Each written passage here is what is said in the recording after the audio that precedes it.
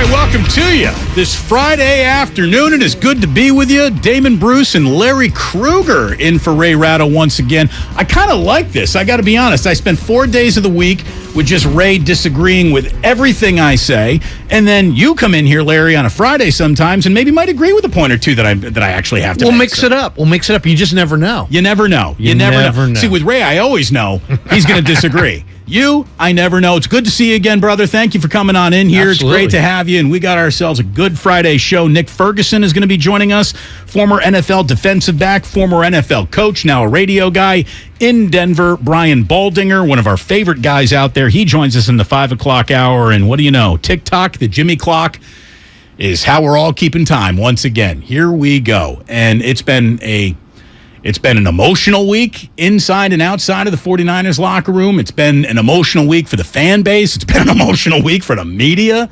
Everybody's feelings got wrapped up in that Trey Lance injury, and Jimmy Garoppolo is the belle of the ball once again. And it's just, it's one of the more amazing domino falls of all time. Like, if this domino isn't placed in front of that domino, the third domino doesn't fall, the fourth domino never gets touched, and no one's even getting close to the fifth domino. You take any moment in time out of the timeline, the 49ers are not in this situation where they can turn back to Jimmy. So they should consider themselves very lucky. And look, I'm feeling a little bouncy today. I'm feeling a little positive today, Larry. And I'm thinking this could really work out well for the Niners. Not grand scheme of things, not franchise's overall arcing plan. I'm talking about the next 4 quarters of football in Denver. They, I think, as a team, are going to be really motivated to go out there and play well and make Jimmy look good. They want to indoctrinate Jimmy back into this system and make him look good. I think they're going to be playing hard for him. I think that Nathaniel Hackett has done enough in his first 2 games to question whether or not he's really got it. I'll say this. I think Denver's better than they've played up to this point. Can this coach get them to play better against a Niner team, which is a little bit different than the one he thought he would have to prepare for? Yeah, I mean, Hackett's under fire. There's no question. I mean, when the fans are counting down the play clock in week 2, yeah, you've gotten their attention in a bad way. But yeah, I thought, you guys had Kyle Juszczyk on. Yeah. Was that yesterday or the day before? 2 days maybe ago. 2 days ago. And I thought he kind of crystallized, I spent just from spending the last 2 days in the Niner locker room talking to a number of different players, is that we talk a lot about the quarterback. We talk a ton about the quarterback and the head coach. But Kyle said it to you and Ray. Man, I'm showing up. I don't know. I'm competing for my job. Man, I'm worried about me. I'm worried about my blocks and my runs and my assignments and what my role is in the game plan this week. And no offense, not that Jimmy doesn't matter or the quarterback doesn't matter, because he said to you and Ray, it does. But every guy in that room is kind of worried about that's a secondary concern. The primary concern in an NFL locker room with no guaranteed contracts is me. You know what I mean? I got to worry about me and what I'm doing and making sure I'm right before I'm worried about, is he going with Trey? Is he going with Jimmy? What's the dynamic there? So I thought that was a really interesting interview you guys did. Thank you. He was great. I mean, and you notice that whenever there's anything wrong in Ninerville, they send Kyle Juszczyk out. He's a good rep. He's a good voice. Exactly. He's a really good front man for them, and he always says the right thing. He measures twice, cuts once, and you were very direct with your questions about running the quarterback too much, and his pushback was like, hey, he acknowledged that it was too damn many runs. He really did, without saying it as much. He acknowledged that. What he, though, said, I thought was interesting, where he said, you know what, I really felt like that was Kyle setting up future plays by running the quarterback as much as he did early on. That makes sense. That to me is the biggest qualifier of Shanahan was doing something right. I do believe that Shanahan is the master of showing you something in the first quarter that then he goes fugazi on in the third or the fourth quarter. Like he wants you to look for something, expect something, and then do something else. It's part of, why people say he's good at what he does. Juszczyk did a very good job making that point. When he said, look, I'm a Harvard math major. And let me tell you, if you flip a coin, do you hear the 50, the coin flip analogy? 50-50. every coin flip the exact same odds. Exactly. Your coin can land heads 10 times in a row, and there's a 50-50 chance it'll be tails on the 11th flip.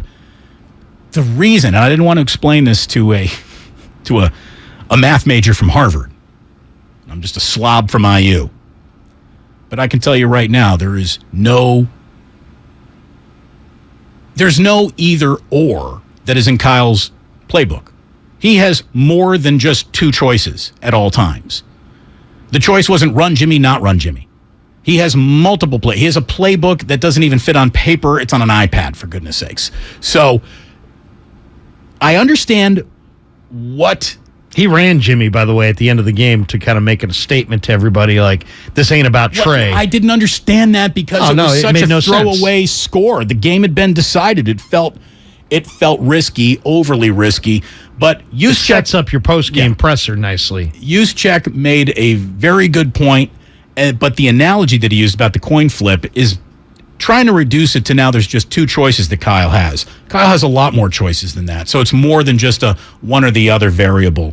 Anyways, I'm not going to talk variables with a Harvard math grad, but I will certainly enjoy talking about this one today with you. We got a great show this afternoon, and everyone says, all right, Damon, start spilling tea. That's what I want. Give me this Udoka. What have you heard? What's going on in Boston? First, I want you to know we're brought to you by BMW Fairfield, open in the Fairfield Auto Mall. You can visit bmwfairfield.com today to book your visit.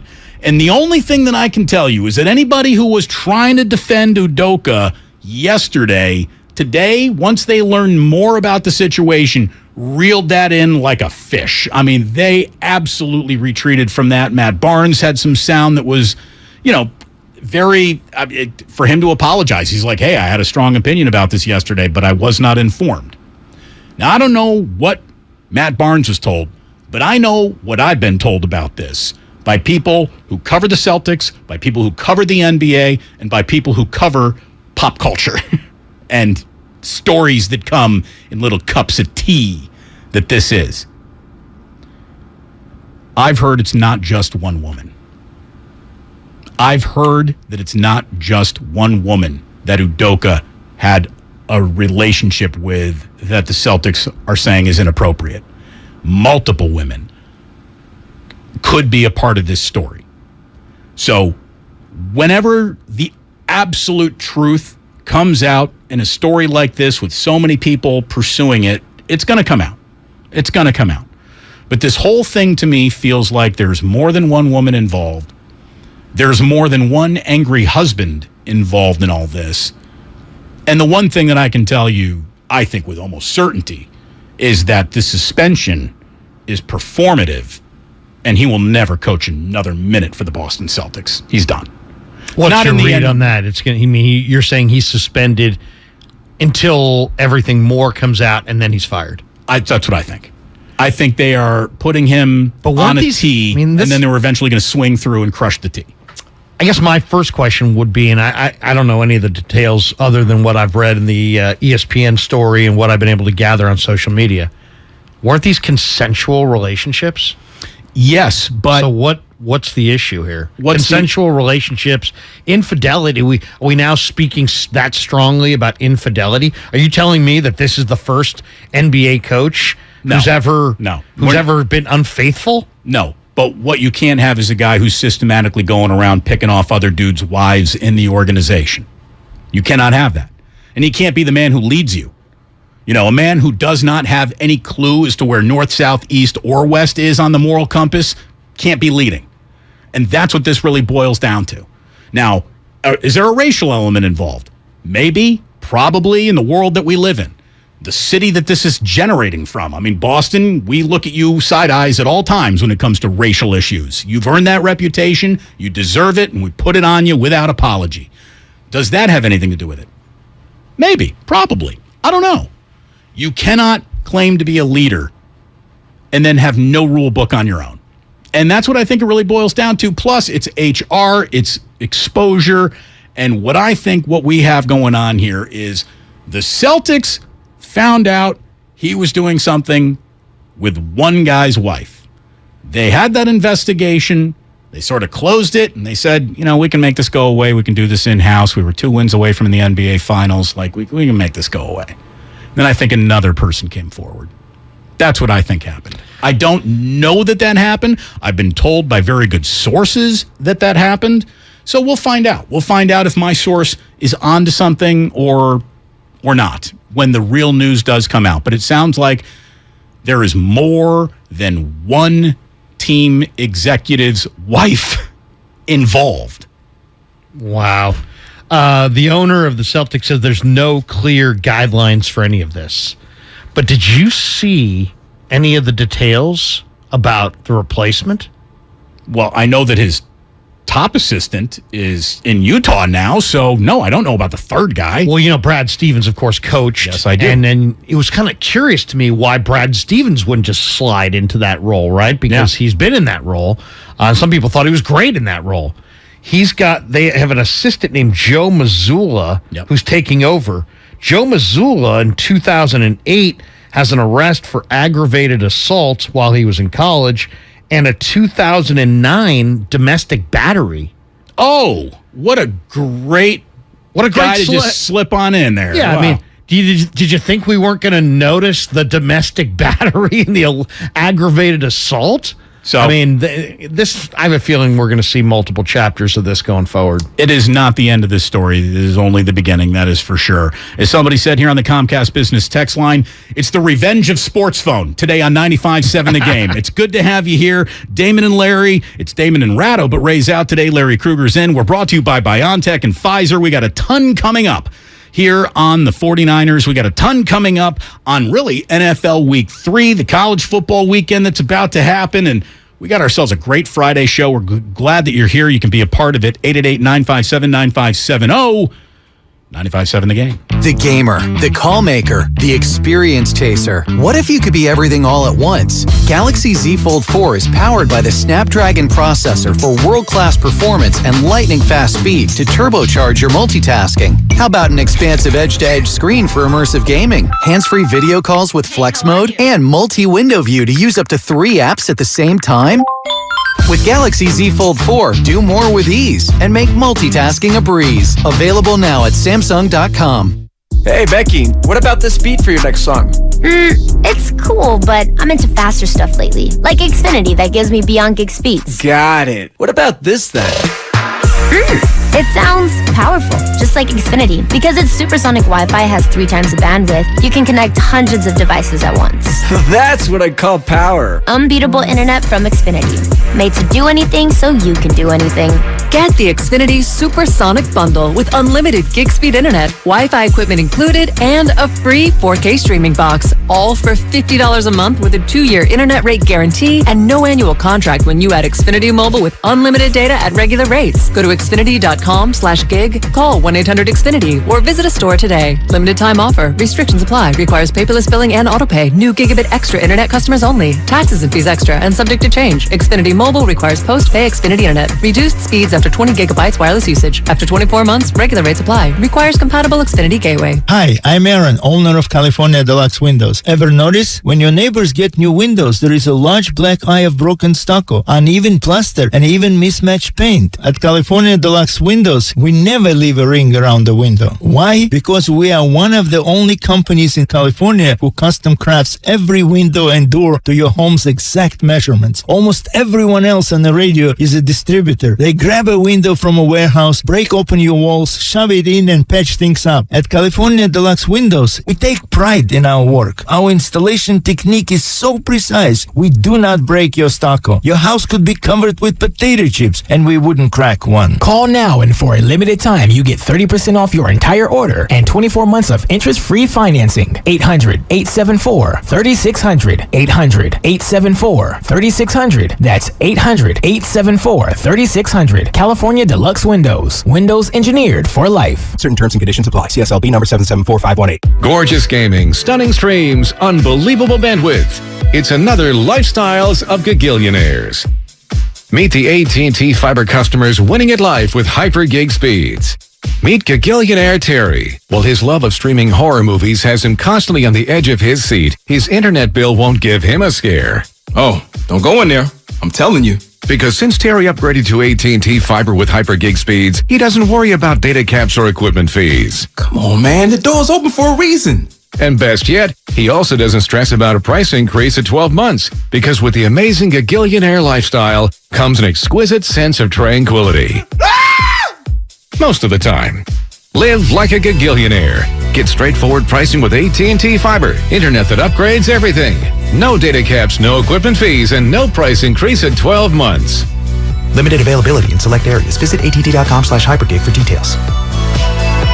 Are you curious about who offers the best deals on top-rated Samsung, LG, and Sony TVs? The answer is surprising. It's not online, and it's not the warehouse clubs.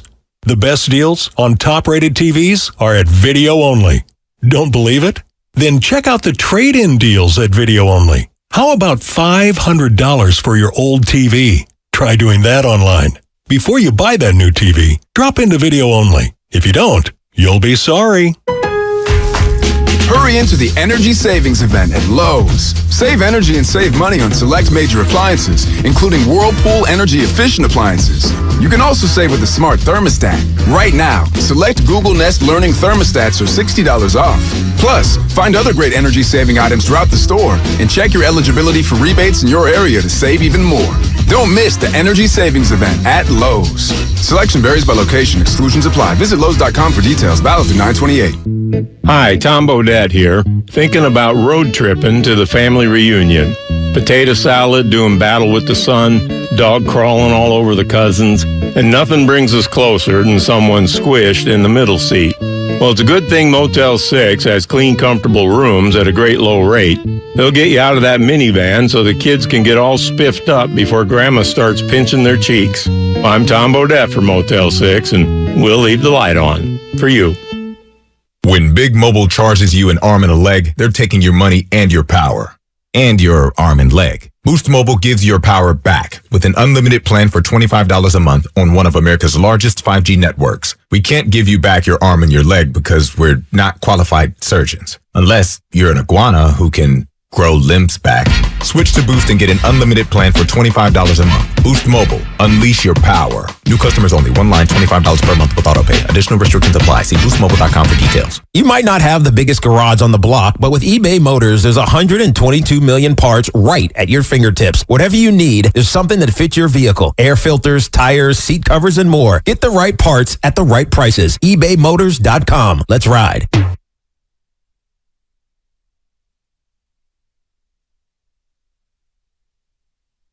Now back to Damon and Ratto on 95.7 The Game. Brought to you by BMW Fairfield. Now open in the Fairfield Auto Mall. Visit bmwfairfield.com today to book your visit. Go ahead and visit Trimark. Everybody's got their go-to meal, their favorite restaurants. It's time for Butcher Boy. Butcher Boy's going back to the kitchen. Episode 2 ago, I should really read these things. You got to let me know when we got new copy here, Grandy.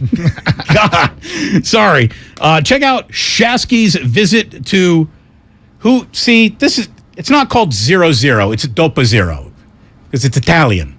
Dopa Zero, for those of you who don't know, is the name of the brand of flour that is preferred for great pizzerias to make their flour from. That's tremendous flour knowledge. It's called Dopa Zero. This is international flour knowledge. This isn't even domestic flour knowledge. Wow. This is international flour. But yes, 00 Dopa Zero is the official name.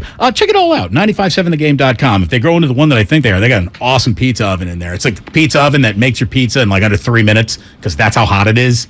Thin crust, crispy. Ooh, it sounds good. Good stuff. It is good to have you here today. Nick Ferguson is going to be joining Larry and I in about 10 minutes from right now.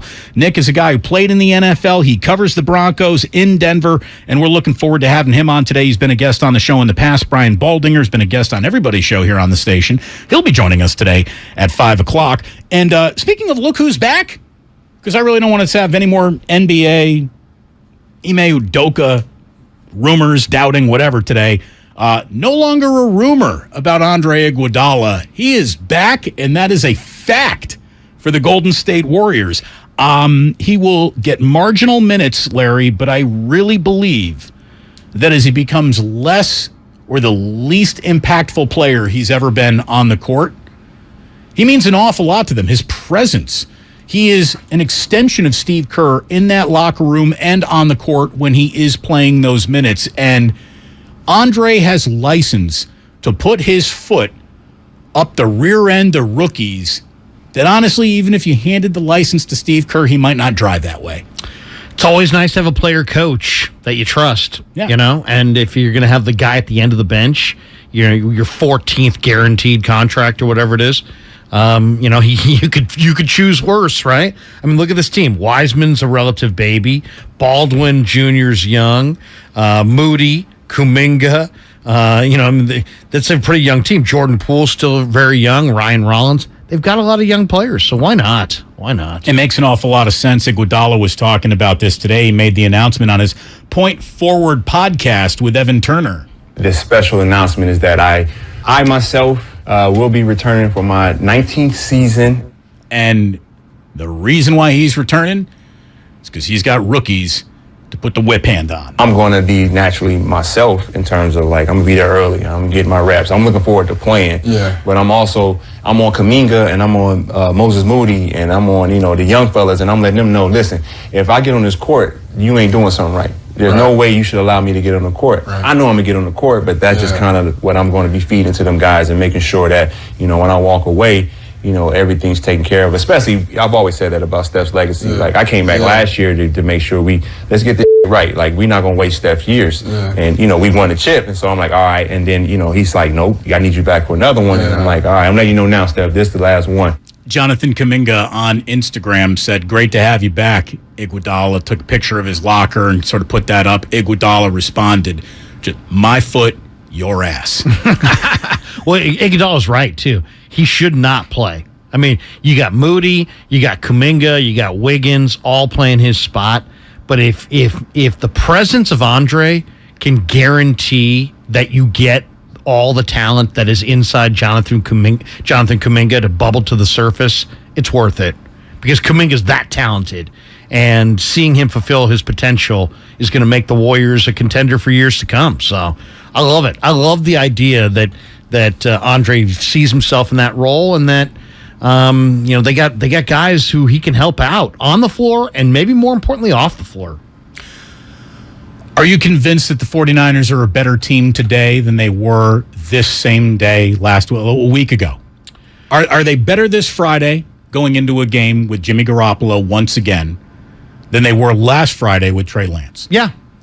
And it's because Trey Lance wasn't better than Jimmy in the present as much as he promises to be better than Jimmy in the future. So I'm glad that you said that, because that was going to be a follow-up question.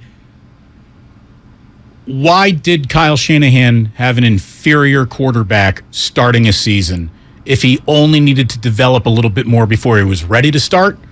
Why not have Jimmy start the year and then keep on continuing to coach up Trey Lance? Why not have an open, honest quarterback competition between the two guys? I just think when you pay the kind of price they paid for the asset known as Trey Lance, that you are obligated in today's NFL to get him on the field and see what he's got. Kind of the same way Golden State was obligated to find out about James Wiseman. You got to find out. You got to find out if Trey Lance is ready to go. Now, once you discovered that he was incredibly crude, incredibly raw, and was going to need coaching up, then it was a matter of, well, how do you do this? And then it was they'll run him a bunch of times, and they'll take away some of his passing responsibilities by running him a lot, and that got him hurt. So that to me is not a surprise. There's been an awful lot of people weighing in on that. I think what's pretty clear is that running him was always part of the plan. Running him as much as they did is the debatable part. And to me, there's absolutely nothing to debate.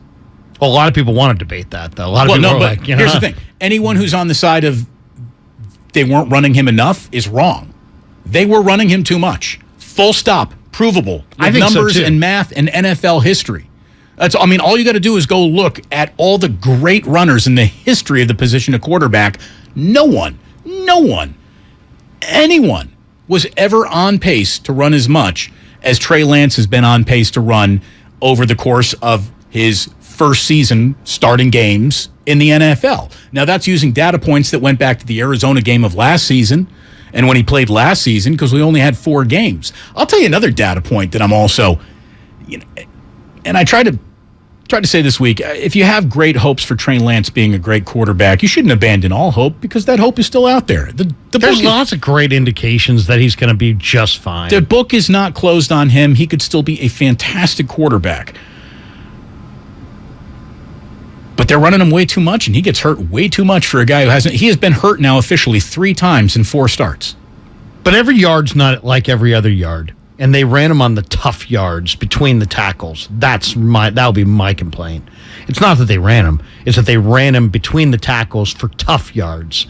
And Steve Young talked about that a couple times in the last few years about how the quarterback yards have to be easy yards. It has to be the quarterback scrambling in open spaces. You're not going to get the quarterback to fight for every 2 yards between the guard and the center. That's what you get Jordan Mason for. That's what you got running backs for. You want your quarterback to get the relatively easy yards that the defense is handing them. Are we going to see Jordan Mason? I hope so. Who drafts more players that he doesn't play than Kyle Shanahan? Well, they just got a can full of backs, but I wanted to see Jordan Mason, I don't know, maybe on the kind of play that Trey got hurt on this week. I want to see more Ty Davis-Price. I thought he ran pretty well. I thought Jeff Wilson he did look good. Ran very well. And hopefully they can keep that up going in Denver because, look, here's what Denver's got going for it. Russell Wilson, and you can roll your eyes at that all you want, do so at your own risk because Russell Wilson sees Niners jerseys and wins. Right. That's all he does. He owns them. Yes. They've got a really good run defense. They're good at stopping the one thing the Niners want to do first and foremost offensively.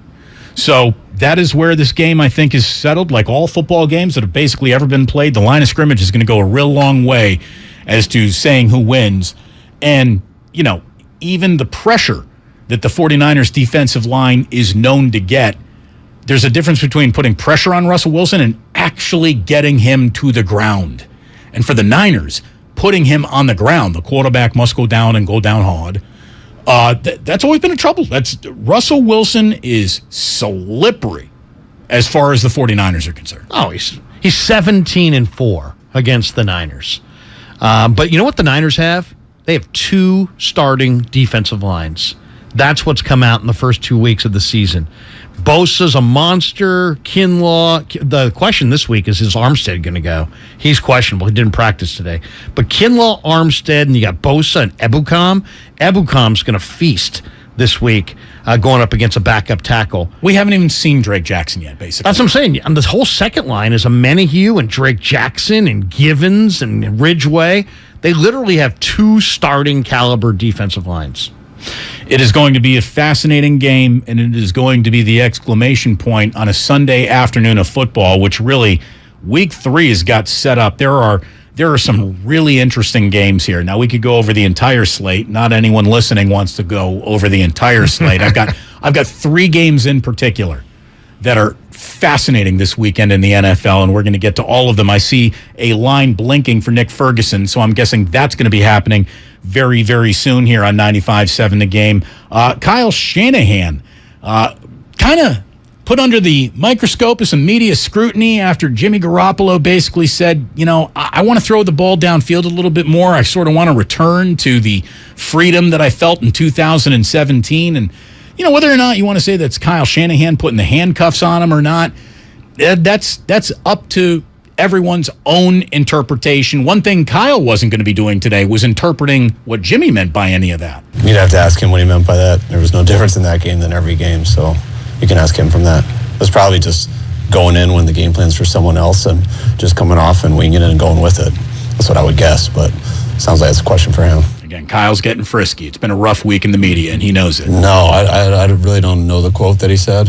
I'm with Jimmy a lot, so nothing really surprises me. I get to talk to him every day. I hear your guys' huge interpretations of that quote. I can't interpret it. I interpret with my relationship with him every day, so just go ask him what he meant by it. Okay. Can you facilitate that? No, I'm not going to waste my time with that, but you can. I got some real stuff to do. In other words, you're going to have to find Jimmy in his locker. I'm not going to help you do that. I'm not going to waste my time with that. Again, don't go diminishing the work of the media. Although, yeah, I would too at some point if I were a coach. I'd be sick and tired of all of you as well. The interpretation, the Jimmy Garoppolo quote itself, well, we've got that. We'll get to it in just a minute. But we've also got Nick Ferguson, a Denver radio host after an NFL career that included on the field and coaching as well. Nick, thank you so much for joining us here. It's Damon and Ratto, but Ray's off today. Our friend Larry Krueger is in for Ray, so it's good to have you, man. How you doing? I'm doing well, man. Thanks for having me. It's good to have you. We've always enjoyed our conversations, and now that it's 49ers in Denver, I don't know if there are any two teams in the NFL, Nick, who had whatever the feeling of positivity was brimming around the organization and training camp, have so much air let out of the balloon going into week 3 with 1-1 records. You would think both these teams, based on the way that they've been covered in the last couple of weeks, were collectively both 0-5. Well, yeah, you would definitely think that, but that goes to the level of expectations that both teams came into the season with. At first, it was Trey Lance with the 49ers and with the possibilities of what he could do with Jimmy, I guess, being pushed to the backup quarterback role. But, I mean, just think about a change of a couple of weeks, and now Jimmy is back as the starting quarterback. To me, it's going to make things really interesting for the 49ers kind of moving forward beyond the season, especially with Trey having that ankle injury as it pertains to the Denver Broncos. New ownership, new head coach, new quarterback, and it's something that the Broncos country has been searching for a while, a quarterback they can call their own. Now they have one, but things haven't really looked as everyone expected them to look. So Sunday night's game is going to be a test of wills, but it's going to be a test of two quarterbacks, not quarterbacks, offensive coordinators that run a similar system, and we get a chance to see who does it best. Denver coming in, I mean, 25 penalties in 2 games, 16 players on the injury report. You mentioned all the new personnel. How settled are they going into this third game? Well, there are some concerns, but there still is some optimism as well. The concern is the number of penalties. When you look at the fact that 2 games the team has had over 100 penalties, that's a lack of focus and a lack of discipline.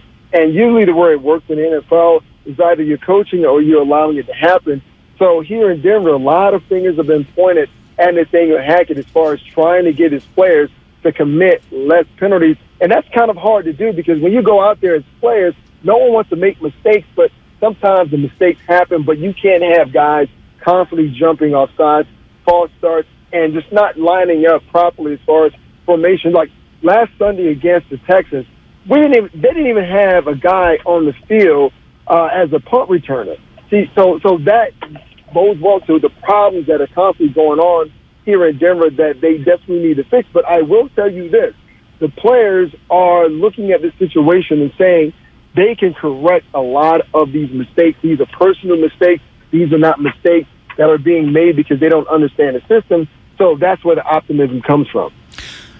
Nick Ferguson here on 95.7 The Game, radio host now in Denver after a career in the NFL. And, I was really surprised, and this is going back 2 weeks to Russell returning to Seattle, that he didn't take more of a leadership role and call a timeout when they had plenty of timeouts to still call, and basically just go over to his new coach and say, look, man, they didn't give me $250 million to watch 64-yard field goals on 4th and 5. You might want to run a play here. Like, I don't think that that's undercutting anyone's newfound authority or anything like that.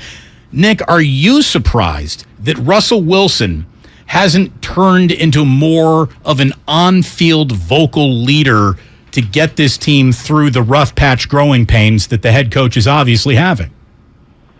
No, I'm not. And once again, just knowing Russell is always a team-first type of player, and a lot of those discussions happen on the sideline between offensive coordinator Justin Allen and Nathaniel Hackett, and then that kind of trickles down to Russ. And Russ is going to say, okay, well, what's the best thing you think that we need to do offensively? And he's going to do that. Now, I will say this. I would like for him not to be that guy all the time, but Russell in his career, and we've all come to know Russell as being that type of guy, but to make sure that the Broncos are actually able to score inside the red zone, we're going to need to see a different type of Russ.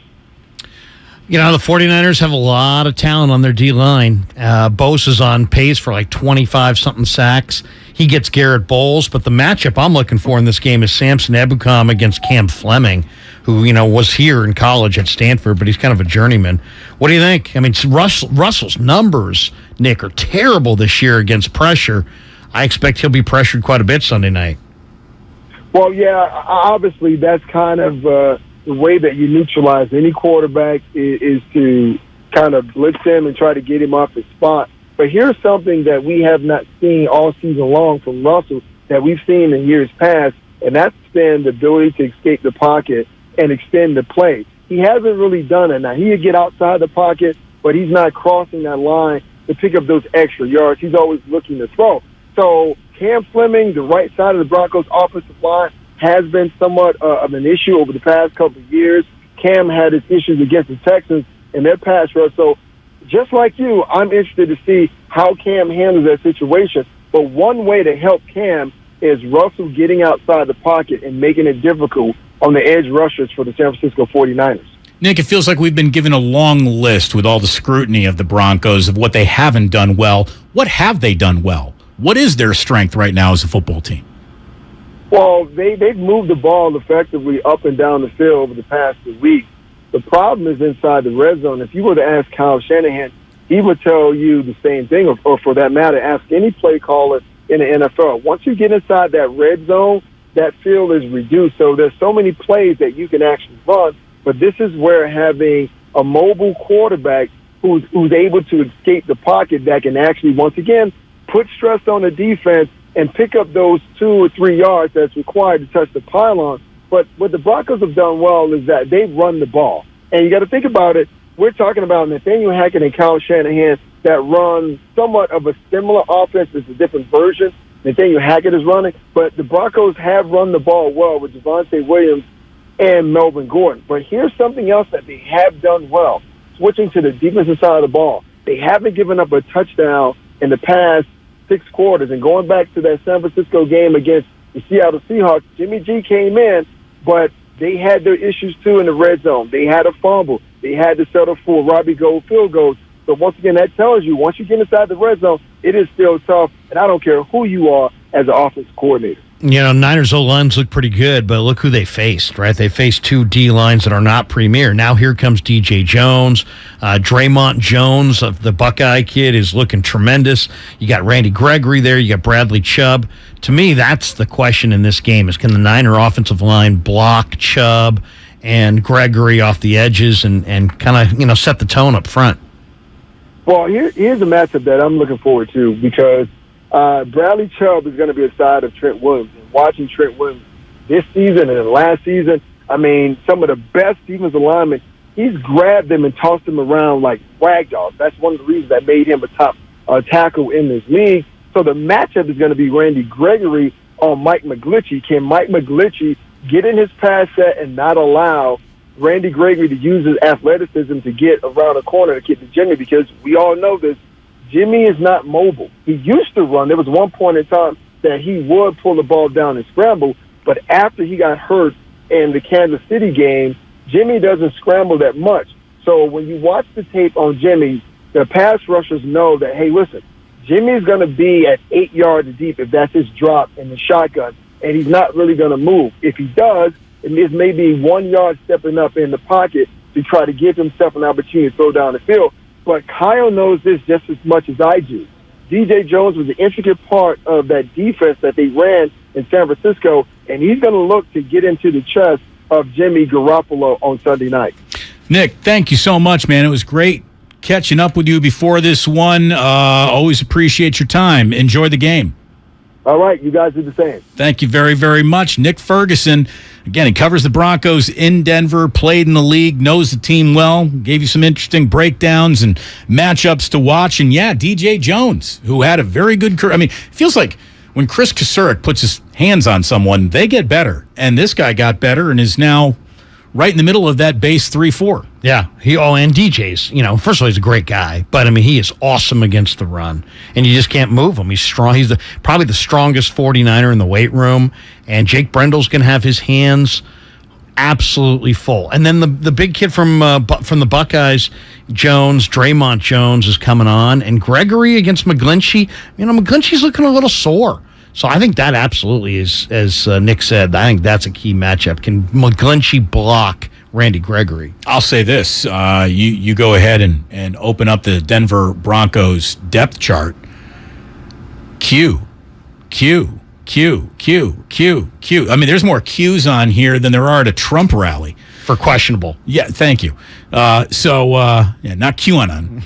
But, we have Q everywhere. There are so many Qs all over this. So how healthy are the Denver Broncos? How many of these guys actually go, and will the 49ers have a little bit of just, built-in advantage because they're deep into their depth chart at multiple positions, and obviously the 49ers are deep in their depth chart in their backfield, which feels significant. But everywhere else, it's been a pretty, knock on wood, healthy start to the year for the 49ers. And as we were saying earlier, that offensive line, which had a ton of question marks, gets a real big first test this weekend. I don't know how much of a test the Seahawks were, how much the Bears were in those conditions.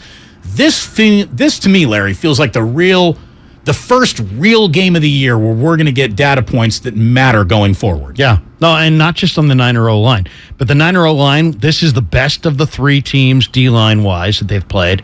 And then receiver-wise, that's the big injury question going into tomorrow, or going into Sunday. Jerry Jeudy practiced today. KJ Hamler did not practice today from what I heard. And then Surtain practiced on the other side. He's their top corner. But that's really the question. How good is the Niner O-line? We're going to find out in this game. How good is the Niner kind of rebuilt secondary?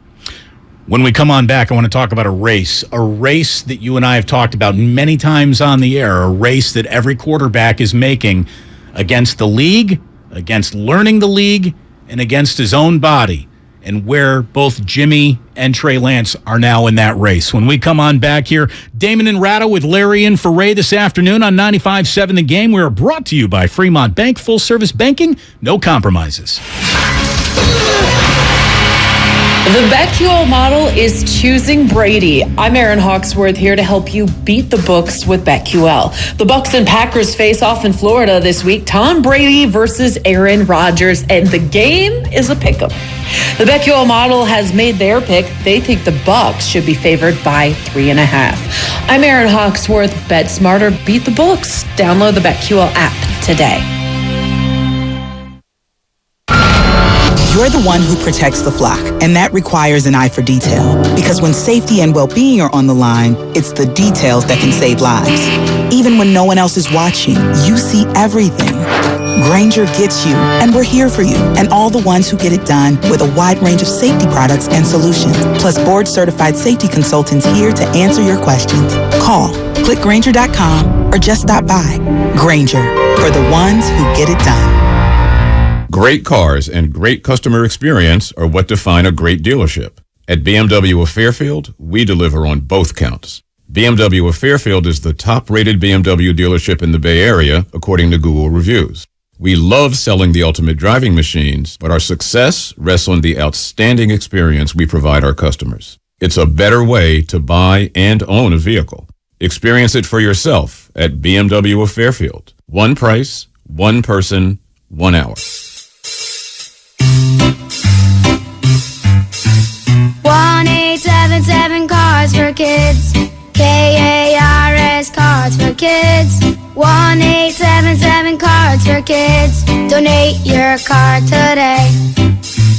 1877 Cars for Kids. KARS Cars for Kids. 1877 Cars for Kids. Donate your car today. Donate your car today at carsforkids.org. That's cars with a K. Your car, running or not, can be picked up as soon as the next day. You'll get a maximum tax deduction and a vacation voucher. 1877 Cars for Kids. KARS Cars for Kids. 1877 Cars for Kids. Donate your car today. Now accepting donations of land, homes, buildings, or any kind of real estate. Do you think all premium fuels are the same? Well, your engine doesn't. Shell V-Power Nitro Plus helps keep your engine running like new, because it's engineered to defend against 4 main engine threats: gunk, wear, corrosion, and friction. So next time, choose Shell's most advanced fuel ever. It's fuel for thought. In engines that continuously use Shell V-Power Nitro Plus premium gasoline. There's a reason Comcast Business powers more businesses than any other provider. Actually, there's a few. Comcast Business offers the fastest, reliable network, the peace of mind that comes with Security Edge, helping to protect all your connected devices, and the most reliable 5G mobile network. Want me to keep going? I can. Whether your small business is starting or growing, you need Comcast Business. Technology solutions that put you ahead and give you serious savings. Comcast Business, powering possibilities. Get started with fast speeds and advanced security. Together for just $69.99 a month for 12 months with a 2-year agreement. Or find out how to get up to a $650 prepaid card with a qualifying bundle. Limited time offer, restrictions apply. New 50 megabits per second internet and Security Edge customers only. Requires enrollment in EcoBill and AutoPay. Equipment, taxes, and fees extra and subject to change. Comcast Business Mobile utilizes the network with the most RootMetrics 5G data reliability wins in 1H 2022. Results may vary, not an endorsement. Come into Friedman's Appliance in Pleasant Hill September 23rd through September 25th for their fall clearance sale event. Take advantage of factory direct prices, one-of-a-kind opportunities, special pricing on floor models, and convenient financing.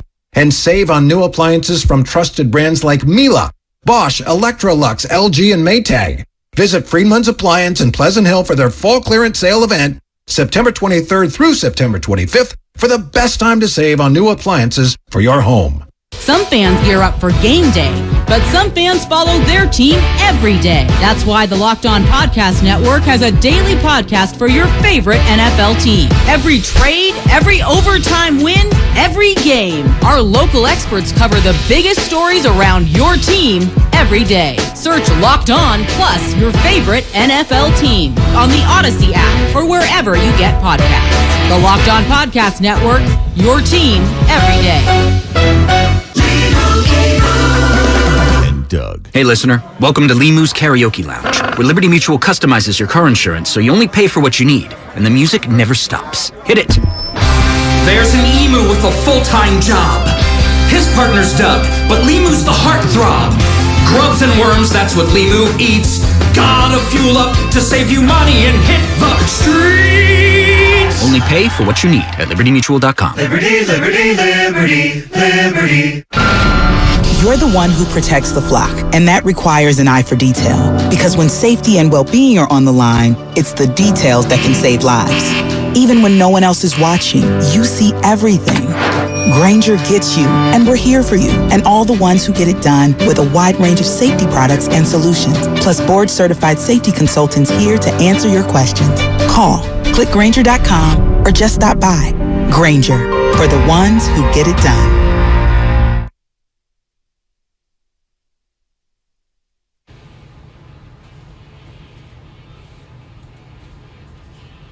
Now back to Damon and Ratto, brought to you by BMW Fairfield on 95.7 The Game. The Kickoff Show.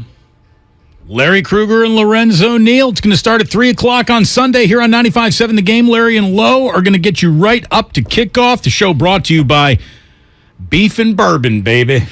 Beef and Bourbon. Harris Ranch and Jim Beam. If you don't mind me saying, Larry, the only better combo than Larry Krueger and Lorenzo Neal is Harris Ranch Beef and Jim Bourbon. Exactly. And the girls from Harris Ranch came to the first broadcast or the game on Sunday and gave us Harris Ranch polo shirts, baseball hats. I mean, we're swagged out. Wow. Yeah. Beefy. Yes. I like it. And bourbon. Now, will you be wearing said swag on the radio show? And possibly. Do they realize that no one can see what you're wearing on a radio show unless, of course, you're watching us on YouTube or Twitch, which you can, and you've already noticed, hey, wait a minute, that is not Ray Ratto in today. That is Larry Krueger. And in case you couldn't identify him just by that incredibly recognizable face and voice, He even identifies himself on his shirt. There you go. The Krug Show. Look at that. The podcast. That's right. Check it out on YouTube, baby. Come get some. By the way, if you are watching on YouTube, this is where I go like full on romper room, and I'm like looking through the man. Who can I see today? Who can I see? Jimmy. I see Sally. Billy. And exactly. In 1975, Damon, that little I see this person. Me and my sister would run in front of the TV. Do you see me? Do you see me? So waving to our television set in 1975. I grew up exact same time you did. And I can tell you right now that never once did she see Damon. She never saw it. Damon was too modern of a name. Damon was back then. not popular in 1970. No, Devin, Darren, Damon, or Devin, any name that started, but never a David. Damon. And I'll tell you what I never got either. When you would walk into some sort of like, and the janky souvenir places that align, right? The pier. Little license plates and those never things. A Damon. Never once. So I always kind of they probably upped their game sense. I felt a little left out. I'm not going to lie in my childhood, but I don't want to leave anyone out here. So let me just say I spy with my little eye. I see DOD Spec Ops. I see Mike Honcho. I see you, Mike, this day. I see, our king, Otis Bird III. There is nobody. I mean, if Otis Bird III got paid by listening by the minute, he would be the highest paid employee at 95.7 The Game. This man listens to everything, every show, he is more than a regular. He basically works here at this point. Thank you very much. Hello, Tony Carter. Hello, Drew Down, if indeed you are the real Drew Down. Thank you very much for all the entertainment. And we got an awful lot. So there you go. Look, everyone's just trying to get into it now. Mr. Bridge. I see you, Mr. Bridge. I see Leslie. Hello, I see you. I see Shiny King. And now I've seen enough. Larry, you and I have talked so much about the race that all quarterbacks are running. And basically the race is simply this. How quickly can you learn how to do it until your body won't let you do it anymore? Right, so you're diminished. Yes. How quickly can you learn this league? How quickly can you stay in front of the league learning about you and have success before you reach the point in time in your career where your body just will not let you back out on the field? And that happens to everyone. The only person who can even suggest that they can compete with Father Time feels like Tom Brady. And believe me, Father Time is going to win that race too.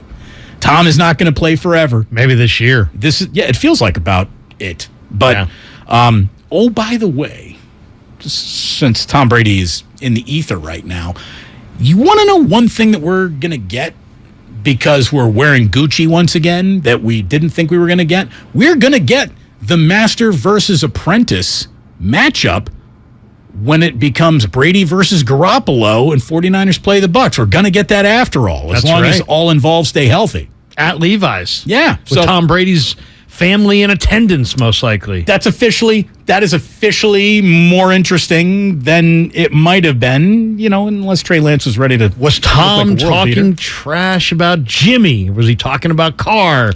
Was he talking about, I think we now know it was Derek Carr. It was Carr. Yeah, I think it was Derek Carr. Because, look, one of the reasons why I don't think Tom ultimately wanted to be a Niner, if he did want to be a Niner, and another reason why the Niners didn't want Tom wasn't just because of where he was in his career, but because Kyle Shanahan doesn't want to give that much proprietary decision-making to anyone other than himself. Kyle wants to run the show. At the expense of the show even getting more exciting or interesting, he wants to be the guy that runs the show. It's his offense, it's his design, it's his game plan, and that's it. You think he wants to be the face of the franchise? Oh, as much as anything he's ever wanted in his entire life. See, I kind of read that Brady, hey, we're not interested in Brady talk from the Niners of, well, Brady at that point was still 43 years old, and what he's doing right now is unprecedented. So they could have thought he was done, and you had Jimmy coming off of a Super Bowl appearance. I'm not saying he was younger, so I think they kind of hedged there. But I'm not as convinced as others that Kyle would have just absolutely no, I won't take Tom Brady. But I think there is something to what you said as far as Kyle dictates to the quarterback, not the quarterback dictating to Kyle, and Brady would want to dictate some of that. And you saw early on in their tenure together, which ended up in a Super Bowl in year one, you had Brady and Bruce Arians kind of bumping heads a little bit. You could see that there was, they were having a war of philosophies and who was really going to carry out on game day. And it all ended well, obviously. We, by the way, are not accusing Kyle Shanahan of anything overly unique to him here.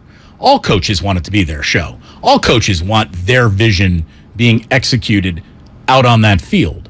I think that Jim Harbaugh was close to Peyton Manning there for a minute, and then he thought, man, I bring in Peyton Manning, it's really not my show anymore.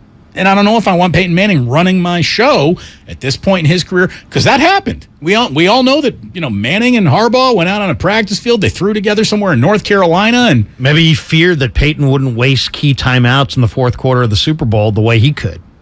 Hey, now. We were sitting next to each other, first and goal from the 5. I was wondering. In the Big Easy. Yep. Did Frank Gore get the ball? No. Probably should have done that too. Back to the race that Trey Lance now, and again, we're not burying Trey Lance. The amount of good quarterbacking that is still in front of his future is considerable. I mean, the young man might prove all of his doubters wrong when it's all said and done after all. But I got to say this. You're not in the situation you want to be in anymore with Trey Lance. I mean, that's obvious. Lance and the questions about him being the guy, I think, are a little bit more now, they land with a little bit more weight to them. Durability, I think, is completely a fair topic now on Trey Lance. And if durability was pulling you out of the Jimmy business, can't that pull you out of the Trey Lance business as well? Again, Trey Lance gets hurt more frequently in his career than Jimmy Garoppolo ever has, and Jimmy Garoppolo got hurt too much for Kyle. Trey Lance has been hurt 3 times in 4 starts. He's also been run 50 times in 4 starts.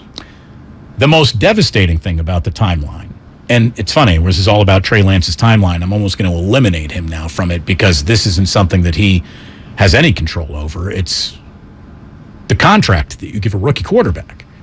And this is the target that the 49ers were trying to hit more than anything else. As much as they were trying to hit on the draft pick, they're trying to hit on the formula of rookie quarterback, rookie deal, have the money to build a monster around him. I actually personally believe, from talking to John Lynch, that was not a secondary or, that was the primary reason for the move. More so than Jimmy can't throw downfield, more so that Jimmy can't stay healthy. It was more about, let's look at the roster with a rookie quarterback on his rookie deal versus the roster we'd have if we had a quarterback making $25 million a year.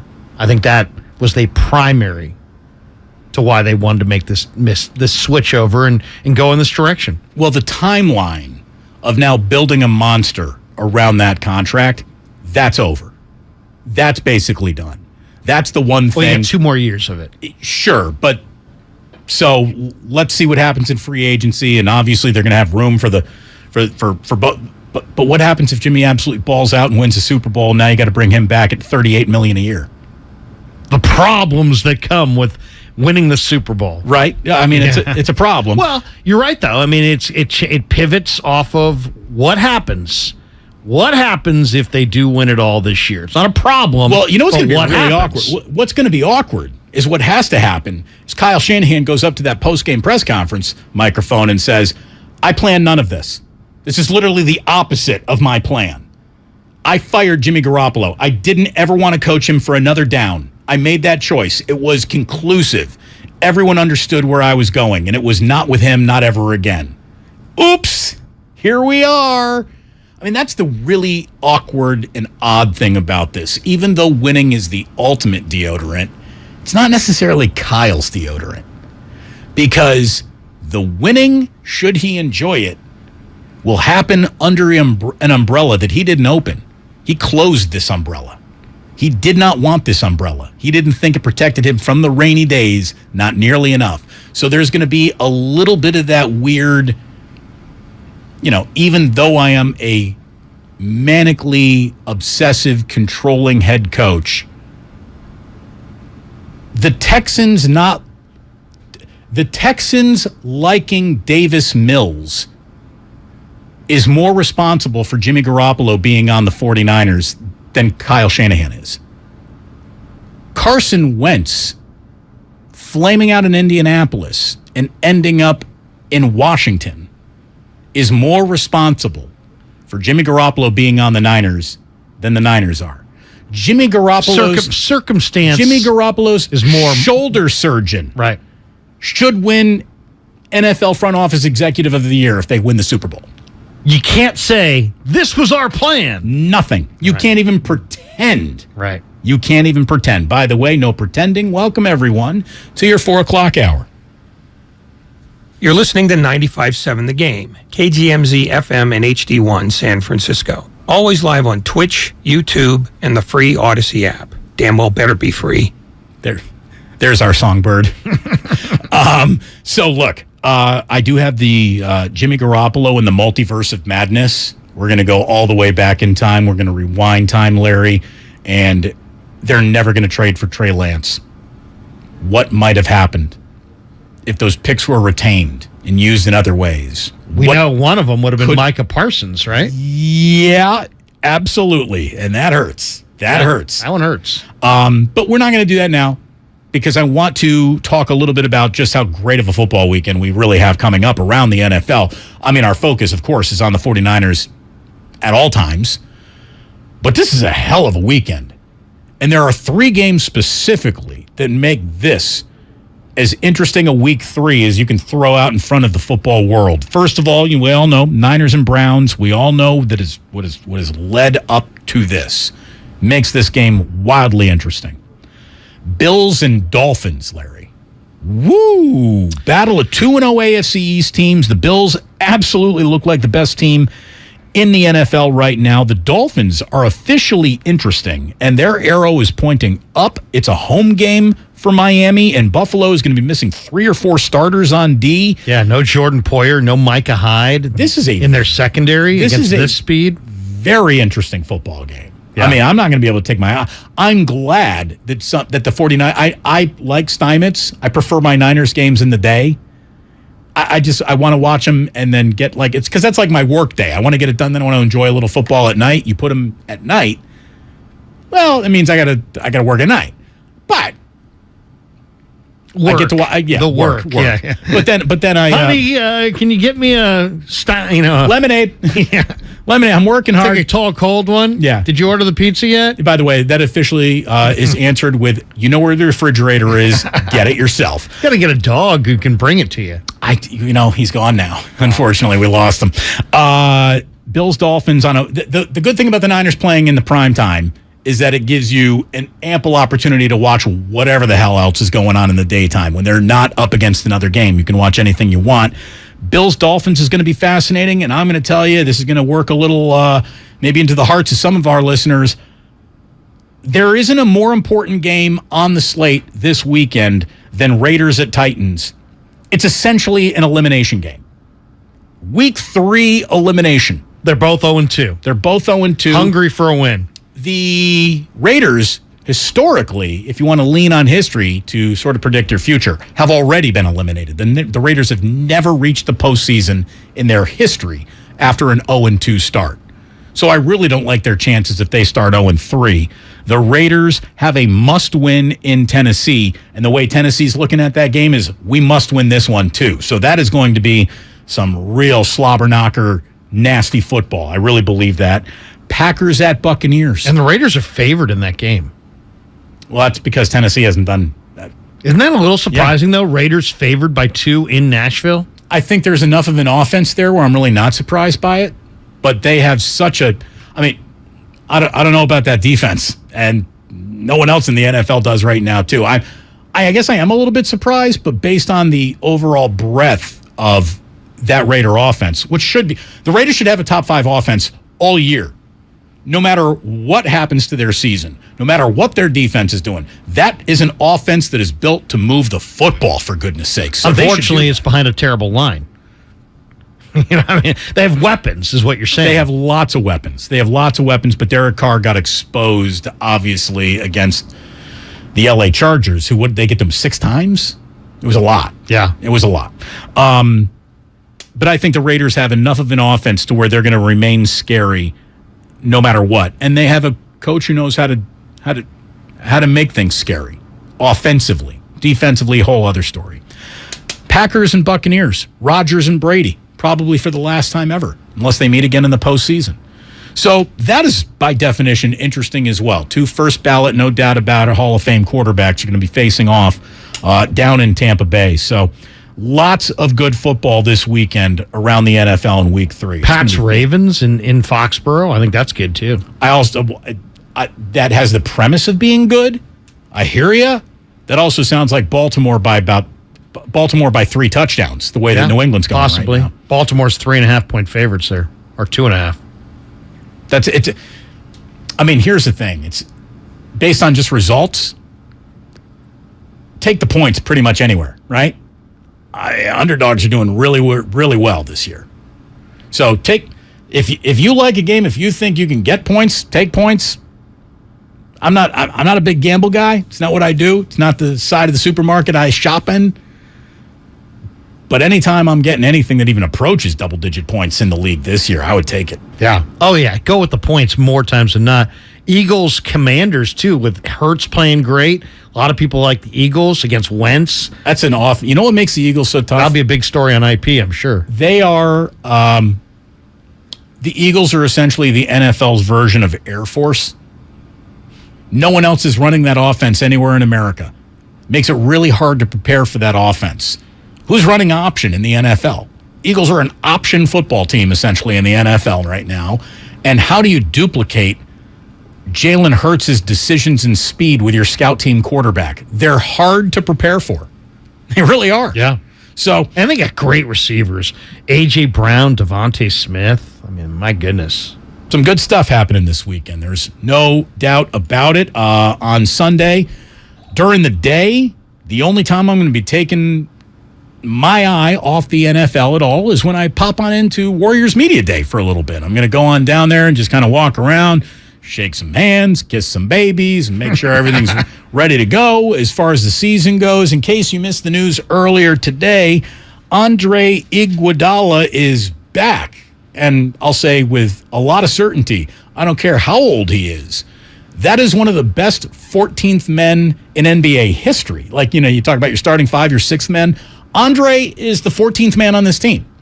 And he is as valuable a 14th man, who by definition won't be playing much, but has any 14th man ever had as much to do in terms of coaching and developing and going out there and not just talking with these players, but meeting them on the court physically and showing them what needs to be done. Iguodala, his minutes are diminishing. His presence is not diminished at all. It's as impactful as it's ever been on this team. He is an extension of the coaching staff, full stop. And Bob Myers and Steve Kerr know that here's the thing. They didn't just hope he would come back. I think they were praying that he would come back because they know that he is vital to any championship puzzle. As a motivator, as a coach. I think in any sport, the one thing that translates, I think, from sport to sport is at some point, if you're going to be really good, the players have to run things. You can't be running things because the coach is driving the whole thing. The players, on some level, have to drive it. And when you have Andre as among the players still, that's great. That's a great thing. I'm thrilled that you made that point because to me, that's the point that Jimmy was trying to make. I guess it's kind of, in 17, I was learning the offense. So Kyle would call some plays and I wouldn't know exactly, how to read it, I guess, but you'd kind of figure it out as you went. And I don't know, just the more and more that you learn the offense and get the knowledge of the offense, I start to figure out what Kyle's thinking and he, vice versa. But there's obviously just some back and forth between the play caller and quarterback. And to me, what Jimmy Garoppolo is saying there, when I didn't know this playbook like the back of my hand, and I had a little bit more instincts leading me than I did what Kyle wants accomplished, I was at my best. And I think he wants to go back to that. Now, Ray summarily rejected this. Again, he normally slightly disagrees with everything I said. He completely disagreed with this. And I did even ask Kyle Juszczyk about this. Any chance we see, evil Garoppolo? I'm tired of being told what to do at all times, and I'm going to sort of do it my way. I'm going to get a little bit more aggressive because I got a selfish horse in the race right now. I need to reestablish myself as a starting quarterback in this league, not just in real time for the Niners, but to a market that did not come for me. So next year, unless I'm having a shoulder surgery, the market's going to need to come for me. What's going to make the market come for me? Just wearing my little Lord Fauntleroy, doing whatever my coach tells me to do hat, or ripping it. Let Jimmy cook. And I'm not saying that this is now every single running play that comes in, he's audibling to a passing play and it's 54 dropbacks. That's not what I'm saying. He's not going to go that rogue. But I want Jimmy to make, we all know that when Jimmy throws the ball, mistakes are going to happen. I want those mistakes to be 55 yards down the field, not 15 yards down the field. I want Jimmy to put the ball in the air. No, I hear you. And Jimmy's kind of referencing that he, before he was kind of managed, he wasn't managed. And when he wasn't managed, he took shots down the field. Then once, Steve Young, I think, crystallized this point when he basically said they got an opportunity here. And this is what we don't know about the Niners and what it's hard to evaluate this thing. We don't know if they're going to look at this as a reset. All right, we're back together, wed together because of circumstance, as you pointed out. But are we going to put all of our cards on the table and say, hey, this is what I didn't like about you. This is what you didn't like about me. Let's talk it over and get to the next level. Are they going to have that dialogue? Or is it going to be just guys stewing at each other? I'm saying as little as I have to say to Jimmy. I'm saying as little as I have to Kyle. I'm just operating in a vacuum. I'm an island unto myself. That, to me, will be a negative. If they can somehow put their cards on the table and try to mend their differences and get on some common ground and communicate, I think it has a chance to be really a healthy situation. So it's an interesting thing to kind of watch for without us really being privy to any of those conversations. It's Revenge of Sports Phone this afternoon here on 95.7 The Game. Larry Krueger in for Ray. You know who I am, and let's keep going right around the corner. We got much more, and Brian Baldinger joins us at 5 o'clock here on 95.7 The Game. We are brought to you by the Santa Clara Valley Transportation Authority. Looking for a fulfilling career with growth opportunities? Enjoy paid training, medical benefits, and earn close to $40 per hour within 3 years. Apply today to become a VTA bus operator and excel with providing VTA customers a great experience. Start your journey. Visit VTA.org/Point A and apply today. This is your time to cash in at Cache Creek Casino Resort. To rock and to roll. Over the hills and bluffs. Go all out or go all in. With 4 stars and rising stars, now we do more than ever, so you can do as much or as little as you want. It's your time to cash in at Cache Creek Casino Resort. UCSF Sports Medicine Center is dedicated to treating every type of athlete, from kids to adults, amateurs to elite professionals. As one of the best orthopedic programs in the nation, UCSF has programs to optimize an athlete's performance and the latest advancements to treat the most complex sports injuries. With locations throughout the Bay Area, now including Marin, Walnut Creek, and Redwood Shores, it's even easier to make an appointment today. Visit ucsfhealth.org so you can get cleared to play. UCSF Health, redefining possible. Are you ready for your palm reading, my dear? Yeah, let's do this. I sense that you crave something. More reliable. Right. You know you deserve better and want out of a relationship. Yes, with my big name wireless carrier. You're who now? My big name wireless carrier. That's why I switched to Xfinity Mobile. Now I get unlimited with 5G for $30 per month on the most reliable 5G network. Let's talk about your aura. It's so... And get this. They can even save you hundreds a year on your wireless bill over T-Mobile, AT&T, and Verizon. Wow, that's actually really impressive. Yep, but you already knew that, didn't you? Oh yeah, I definitely saw this coming. Start seeing savings today. Switch to the fastest mobile service, Xfinity Mobile. Now with the best price on 2 lines of unlimited, just $30 a line per month. Switch today. Xfinity Internet required. Price comparison for 2 unlimited lines under available 5G pricing plans of top 3 carriers. Taxes and fees extra. Reduced speeds up to 20 gigabytes of usage per line. Most reliable based on root metrics. US report. Comcast analysis of mobile Wi-Fi and cellular data from Ookla Speed Test Intelligence Q2 2022. Everything. Our farm, our stand, our pop-up shop. It really all started when we discovered the benefits of local, raw honey for our family. And then we decided to turn it into a business. We were looking for something to help us get up and running. So we got the Chase Business Complete Banking Account. It's more than a bank account. It comes with Quick Accept, which lets us take card payments anytime, anywhere in the U.S. using the Chase mobile app. Plus, we get same-day deposits at no extra cost. For us, it's more than honey. It's about sharing a little sweetness with the world. Get the Chase Business Complete Banking Account with the essentials you need to help get your business going. Learn more at chase.com/business-complete-banking. Chase for business. Make more of what's yours.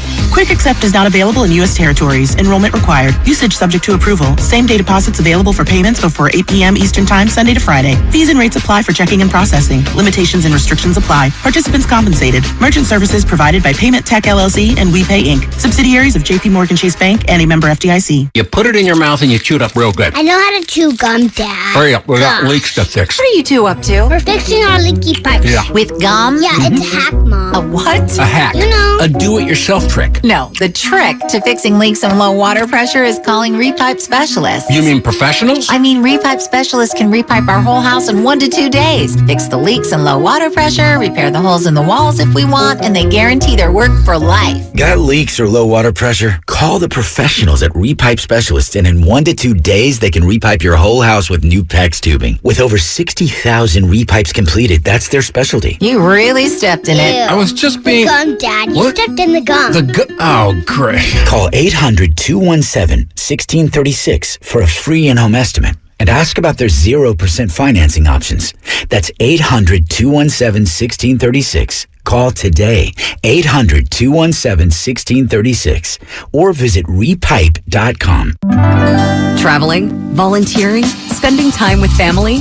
What's your retirement look like? With income planning from Fidelity Wealth Management, a dedicated advisor can help you grow and protect your wealth. They'll look at your full financial picture and help you create a flexible strategy that considers things like market conditions and healthcare expenses, so you can stop worrying about the future and enjoy whatever comes next. Visit fidelity.com/income planning.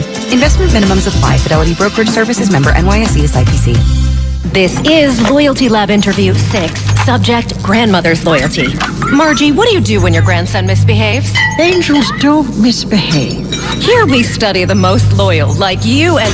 Oh, there goes the lamp. You shouldn't have put it there. Shell and the Fuel Rewards program has our members' backs too. It's super easy to save on every gallon. Loyal, just like how you acted like that wasn't his fault. Someone should clean that up before he gets hurt. Yes, loyal, just like that. 10 years of FR.com. Terms and conditions apply.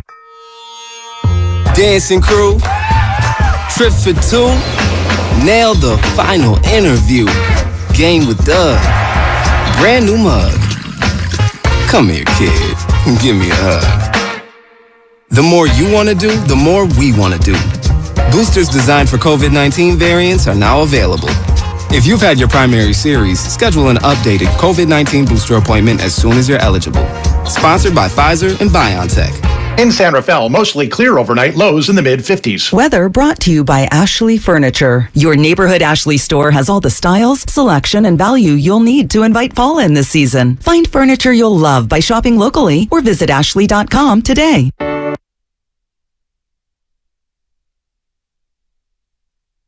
Now back to Damon and Ratto, brought to you by BMW Fairfield on 95.7 The Game. It is great to have you here. Thanks so much for stopping on by. Damon and Ratto, but Ray is out today. Larry Krueger is in for Ray, and Larry Krueger will be in 3 o'clock Sunday with Lorenzo Neal. It is the kickoff show, brought to you by Harris Ranch Beef, legendary quality, and by Jim Beam Bourbon Whiskey. Taste the world's #1 bourbon. So that's what's coming up as you get ready for kickoff. Make sure you're here on 95.7 The Game. And then our pals Alan Stiles and Kyle Madsen will be taking you home with your post-game show. They're going to be working late on a Sunday night, and we got primetime games. Larry, whenever the primetime spotlight is on a football team, it always feels like, oh, it's a big deal to play Monday night, Thursday night, Sunday night. You know, and players get up for it. They like having the world's attention. They do. And teams and franchises get up for it, and fans get up for it, because this is going to be a huge, huge change the conversation couple of weeks for the 49ers on the national scale. They look good in the next 2 weeks. I mean, you can forget about losing Trey Lance or the game in Chicago. It's going to be nothing but, oh, man, the Niners are a monster again.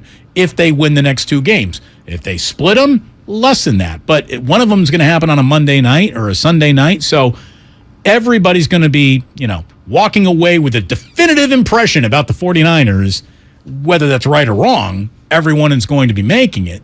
So just in terms of the media, the attention, and the feeling of these press conferences, they're going to go north or south based on these 2 weeks of football that the 49ers have coming up. And I'll just tell you, with the back and forth that I'm hearing between Kyle Shanahan and the media right now, it's way too early in the year for him to sound as frustrated as he really does. I mean, defensive, a little defensive. Very defensive. That's the thing. I think that he knows that everyone used to give him a wide berth and just assume that he had the answers. We got the questions, you got all the answers, Kyle. People aren't fishing, not as nearly as many people are fishing off the Kyle's got all the answers pier that used to be.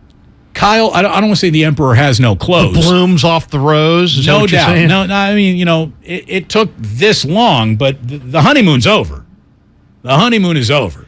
It's a weird situation, isn't it? He's 3 games under 500, and yet he might be the 3rd best coach in all of pro football. So it's like, how do you come to grips with that, right? I think it is an interesting time for the 49ers because they're number 1 in defense, and we don't know how good they are on defense. Because the Bears weren't that great, and Seattle's not that great. But if they shut down Denver this week and the Rams next week, and we're now going into week 5, and they're the number 1 defense, people might be asking how good, top to bottom on all 3 levels, is this 49er defense.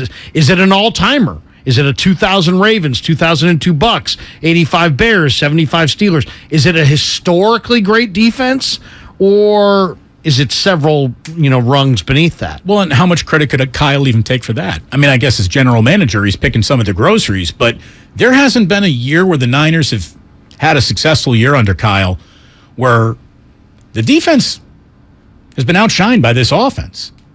I mean, Robert Saleh probably did a better job than Kyle Shanahan the year that the 49ers went to the Super Bowl. DeMeco Ryans is going to have more of his fingerprints over this defense than Kyle can claim. He is an offensive guy. That's his side of the ball. That's where he spends his time. He basically turns to his defensive coordinator and says, you figure that side of the ball out. I got you Chris Kasurek. I got you all these draft picks. Play them.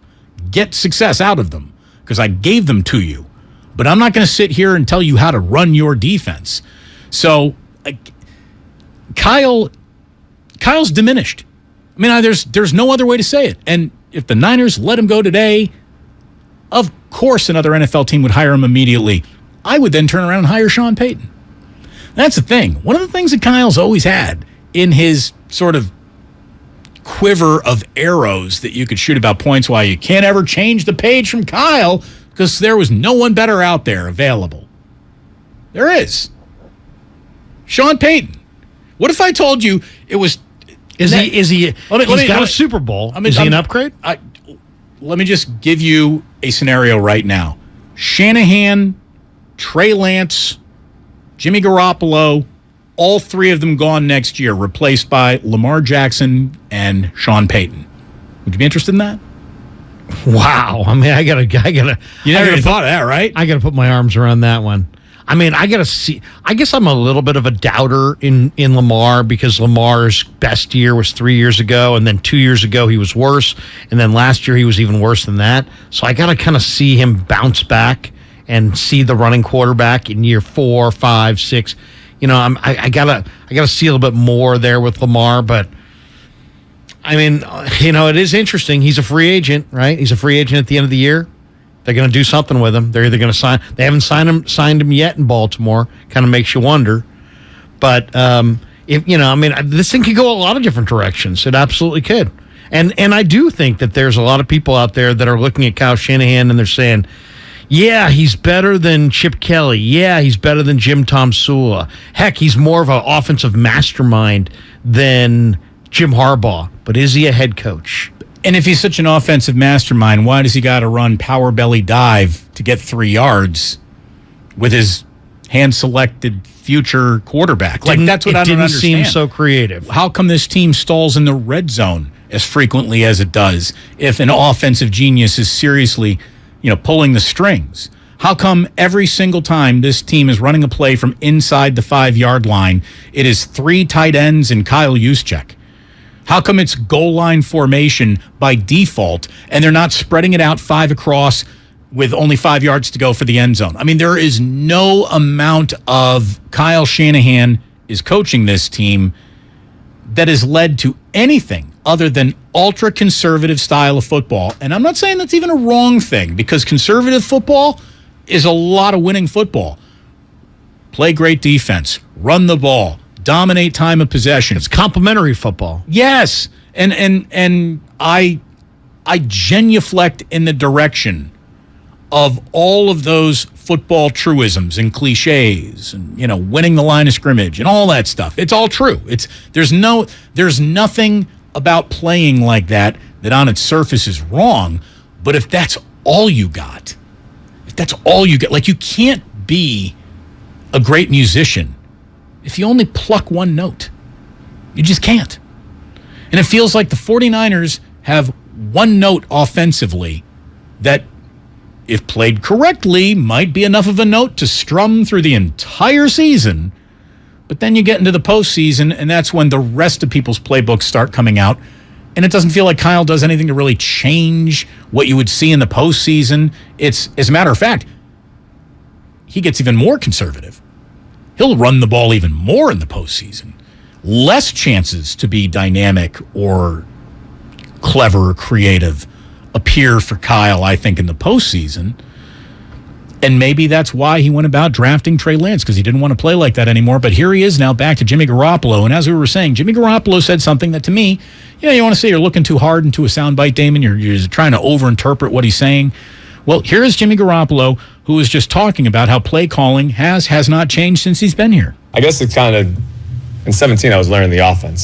So Kyle would call some plays, and I wouldn't know exactly, how to read it, I guess. But you'd kind of figure it out as you went. And I don't know, just the more and more that you learn the offense and get the knowledge of the offense, I start to figure out what Kyle's thinking, and he, vice versa. But there's obviously just some back and forth between the play caller and quarterback. Larry, you said earlier, really good teams come together when the players are kind of coaching themselves. Well, they take ownership of it. Right, they take ownership. That's better than coaching themselves, obviously. Do you think Kyle coaches ownership of his offense out of his quarterbacks? Do you think Kyle removes the benefit of, coach, these are my instincts, in the name of, this is my offense? I think he plays to his players' strengths, and I don't think he thinks that Jimmy's strengths are throwing it deep down the field. I think Jimmy, you're going to see more underneath throws, and they're going to get run after the catch. And they're going to get a lot more run after the catch than like Trey would generate, because Jimmy is going to be accurate and hit those guys in stride underneath right now, where Trey was struggling hitting those guys in stride. So it's throw it short, but you're getting big plays run after the catch, where Trey, I think, was the kind of quarterback where he was going to buy more time in the pocket, escape the pocket, and then keep his eyes posted down the field, and then make big plays off script with the ball in the air. Now there's going to be less of that. You talk about Kyle doubting the Garoppolo arm. Well, not according to this. I've never not seen Jimmy throw the ball. I think Jimmy's one of the better throwers on this planet. So that's been one of his number one attributes. I thought Jimmy had his best year last year. Got surgery at the end of the year, and once his arm started healing up, which throwing on the side and stuff, it always looked good. Once we got him in with our team, which is right after the first preseason game, throwing him in with the scout team and stuff, looked like he always has. He's talking about arm talent there. Right, but why did you go about trying to get rid of and out of the business of one of the best arms on the planet then, Kyle? There's your follow-up question that would be asked in New York and Philadelphia and Chicago, where, there was media members who didn't want to make sure that their name wasn't removed off the free lunch list.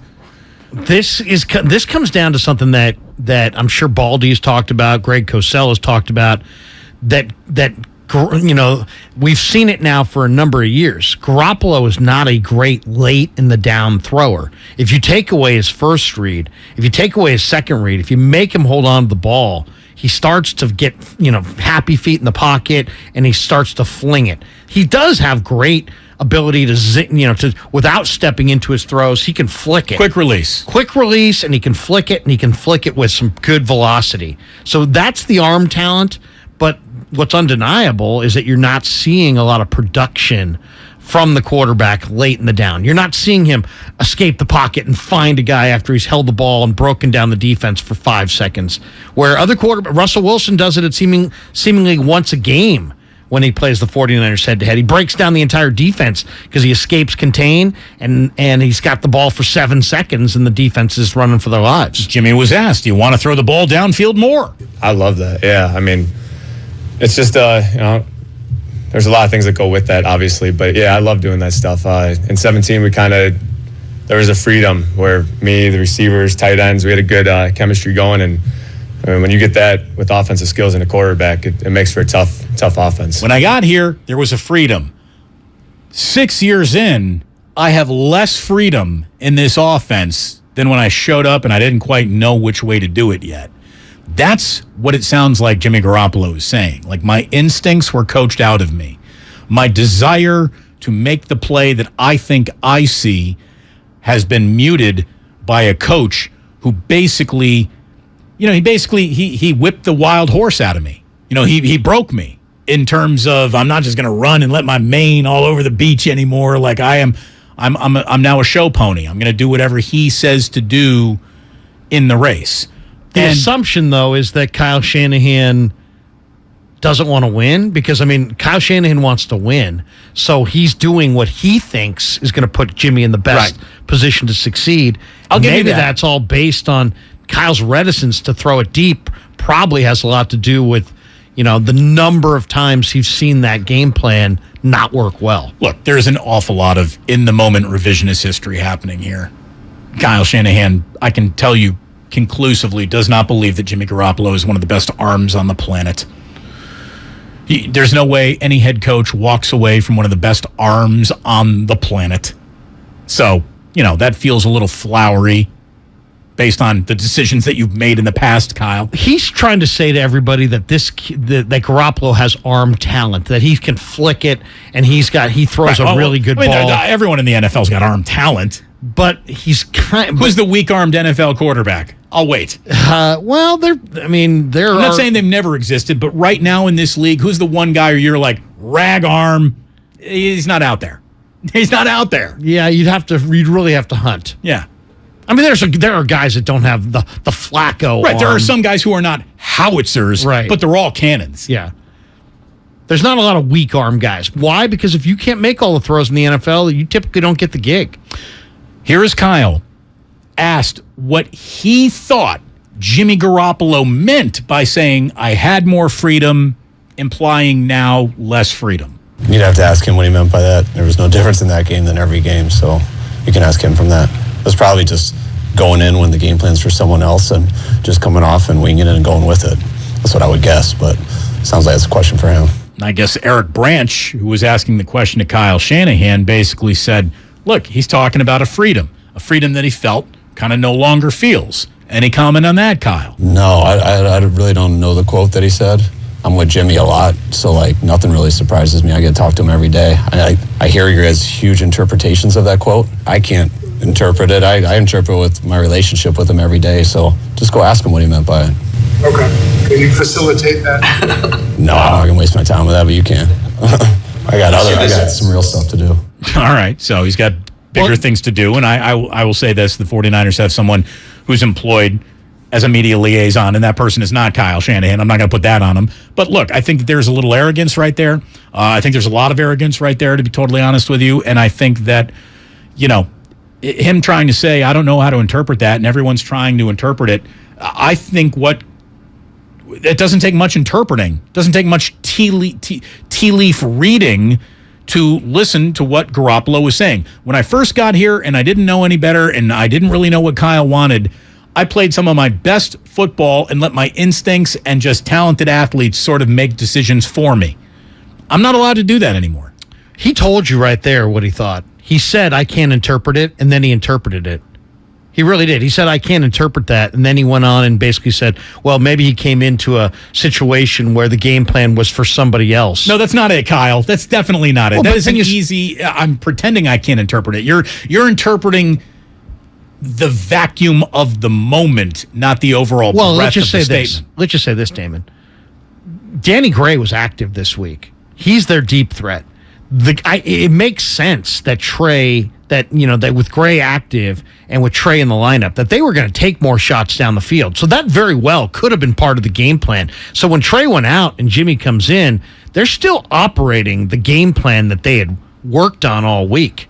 And that game plan probably includes taking shots down the field to Danny Gray. And so maybe Jimmy was afforded a few more or a little bit more room to take those shots because he's operating the Trey game plan. That's what makes this next game so riveting, in my opinion, because now we're going to find out.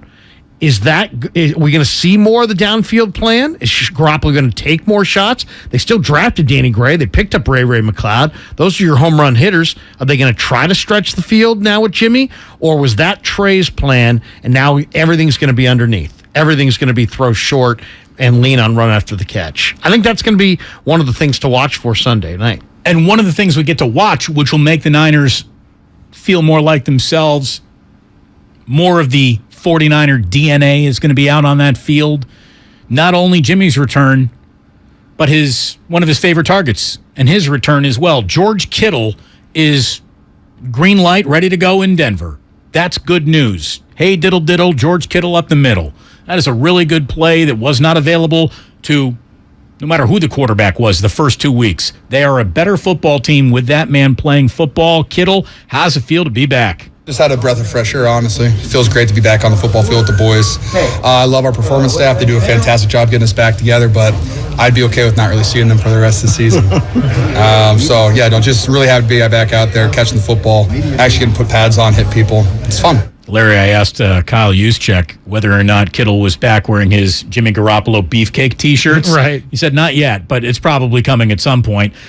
Kittle asked what it meant to have our handsome Prince Eric back as the starting quarterback. You know, he's been here the last 3 weeks, so he was in the building every single day of training camp, so it's not like it's new to anybody here.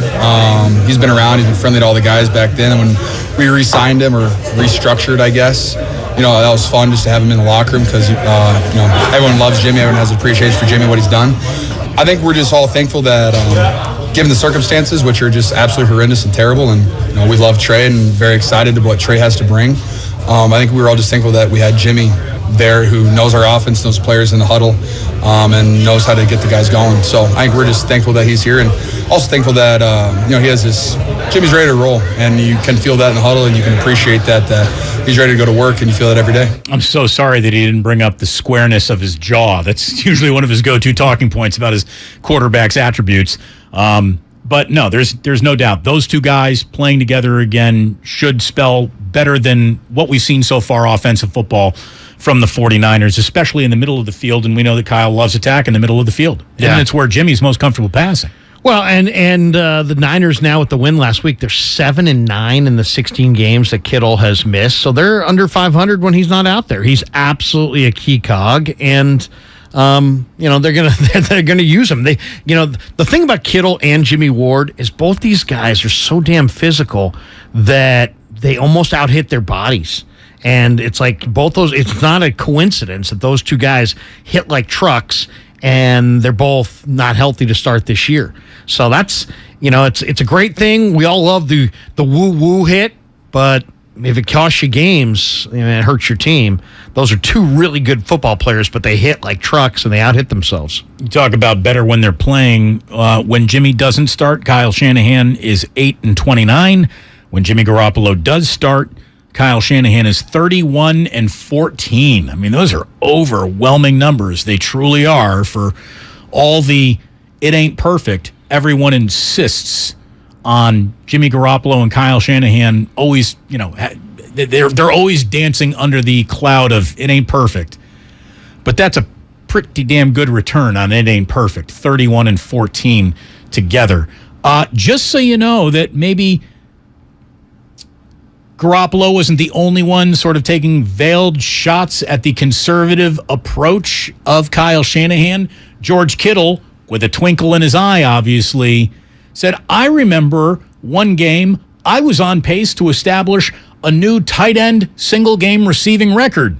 And then that did not happen. I think that one was just more fun so than anything because I literally wasn't covered for most of the game, and I got to experience that for the first and last time. Yeah. That was a really fun one. I'd say that's a top fiver for me. 85-yard touchdowns are pretty sick. Yeah. Hopefully we have that play in there somewhere. He had like over 100 yards before halftime. 210 in the halftime, then 0 in the second half. Thanks, Kyle.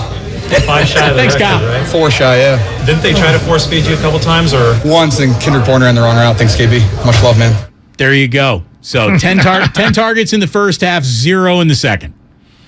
That feels like a coach who put away the playbook with a lead, didn't it?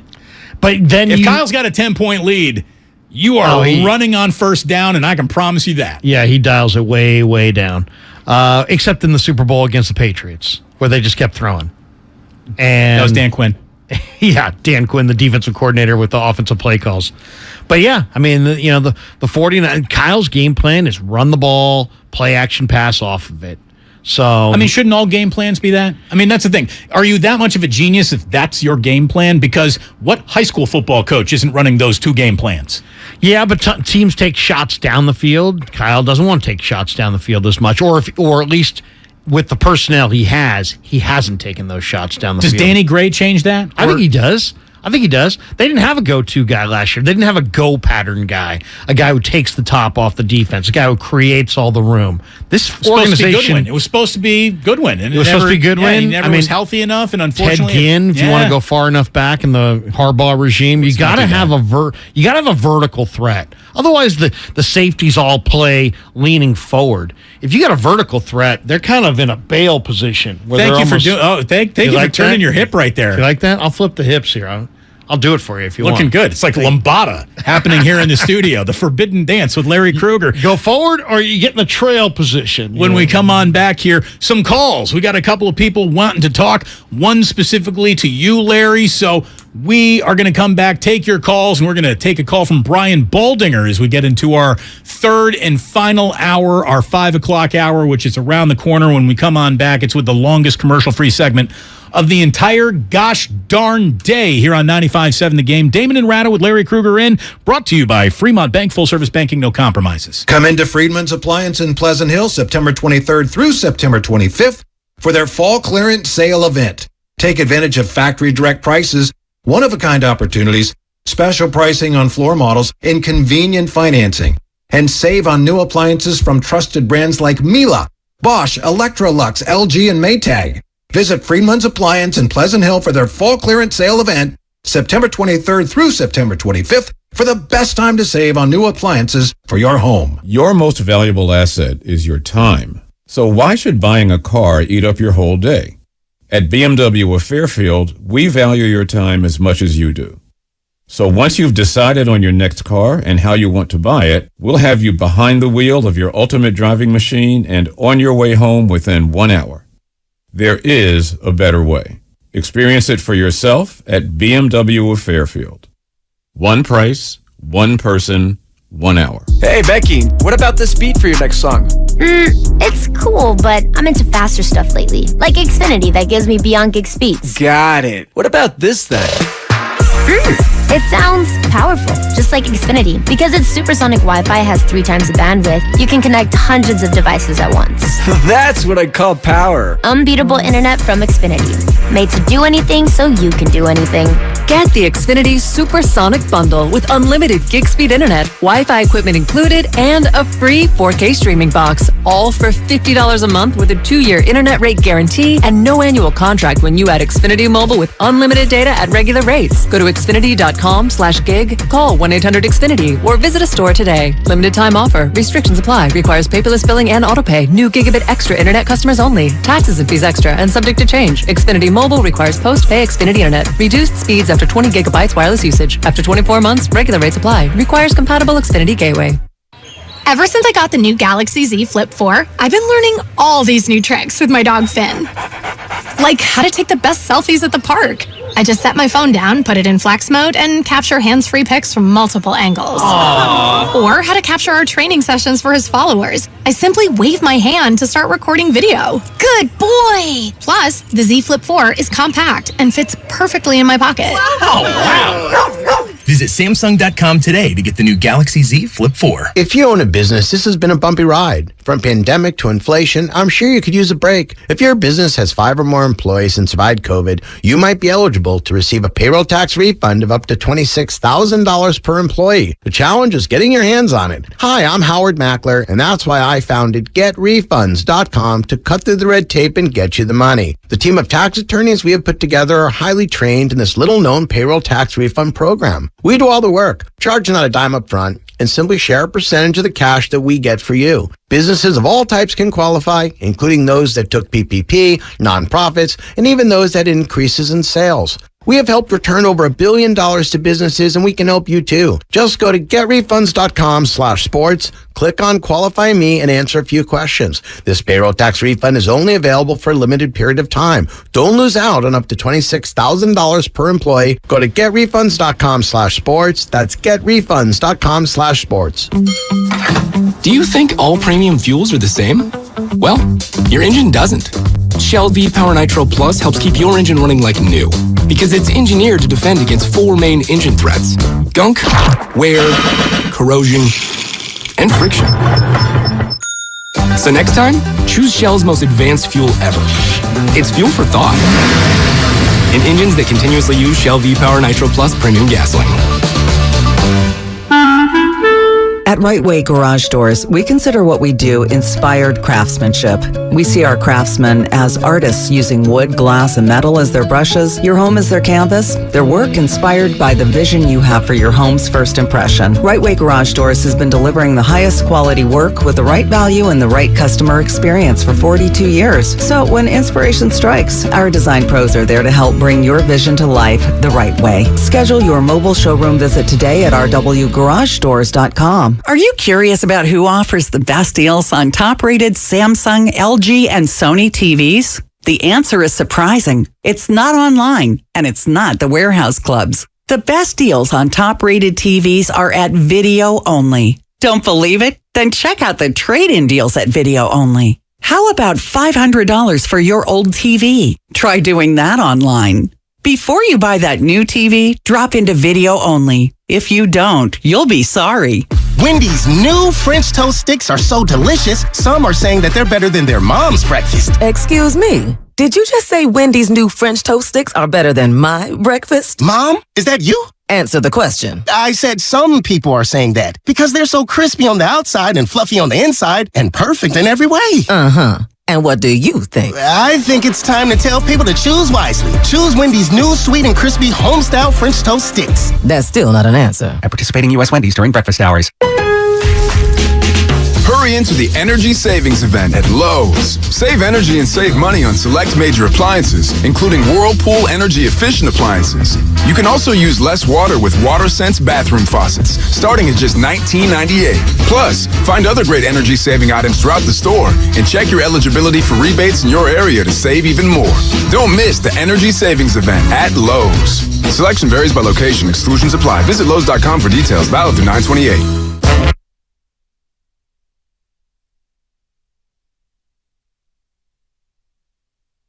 Now back to Damon and Ratto, brought to you by BMW Fairfield on 95.7 The Game. Go ahead and download the Odyssey app, all the podcasts, everything we do, everything Odyssey's robust family of broadcasters does is there for you, and no matter where you are, you can just dip into your pocket and find little old me, and in this case, Larry Krueger, who is in for Ray Ratto once again on a Friday afternoon. Larry, it's great to have you here. We got Brian Baldinger joining us. Nice. Coming up at 5 o'clock. Yeah, it's going to be a good conversation with Baldy. It always is.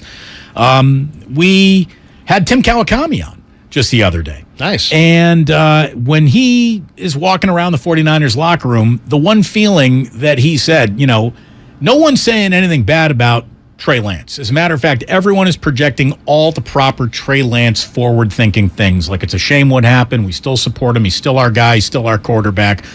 But nobody is pushing back on the idea that they're a better football team now with Jimmy reinstalled. I have not reported the stuff that, there's locker room, some players who think Jimmy's better, and I just know there's been no pushback on that. None. The players are not saying, geez, that's crazy. They support the guy that's a starter. They like Trey Lance. I don't want to say anything other than that. They were quite hit hard emotionally by seeing him on the ground. We saw him run over, but they also are not saying, God, it's crazy that people would think that Jimmy Garoppolo is better right now. They're not doing that. Again, that's kind of trying to prove a negative, but I've been around teams when these reports have come out, and if it's wrong, they go, what are you talking about? That's stupid. No way. You would see a leader step forward and say, this is not the case at all, and have not happened. Look, it's the familiarity of the known as opposed to the promise of the unknown. Athletes hate unknown. Professional athletes in the season that they're having hate unknown. Coaches do not like unknown. I mean, somebody earlier on the YouTube chat, I don't even know where it is, I don't have time to scroll back and find it, basically said, forget about Trey Lance, guy's a total bust. No, he's not. He's definitely trending in the it didn't work out direction. But we don't know any more about whether or not Trey Lance is going to be a good player or a bad player in this league than we do James Wiseman in the NBA. We have no data points. What argument could you possibly make to prove definitively Trey Lance isn't good at this? Well, he wasn't asked to throw. What if he was? What if those passes had connected? We just do not know. What we do know, though, is that all players just want to be good right now. I'm going to tell you, all the Niners, every single guy in that locker room, all of them, could not give a rip about the Niners' future. Not one of them. They're worried about their career with the Niners. Not what the Niners will be like when they're gone. Not how good the faithful will always be back to the Bay. They don't care about that. They want to win.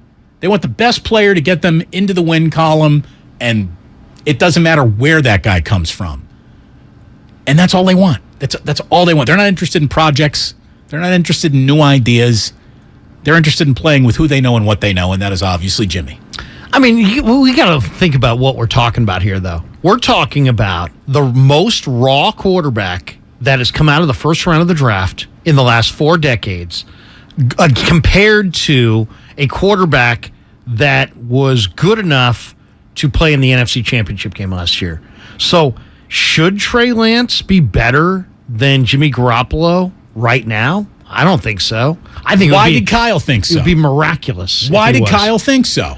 I don't think Kyle thought so. I think Kyle felt like he had to give him a real opportunity to grab the job because of his draft position.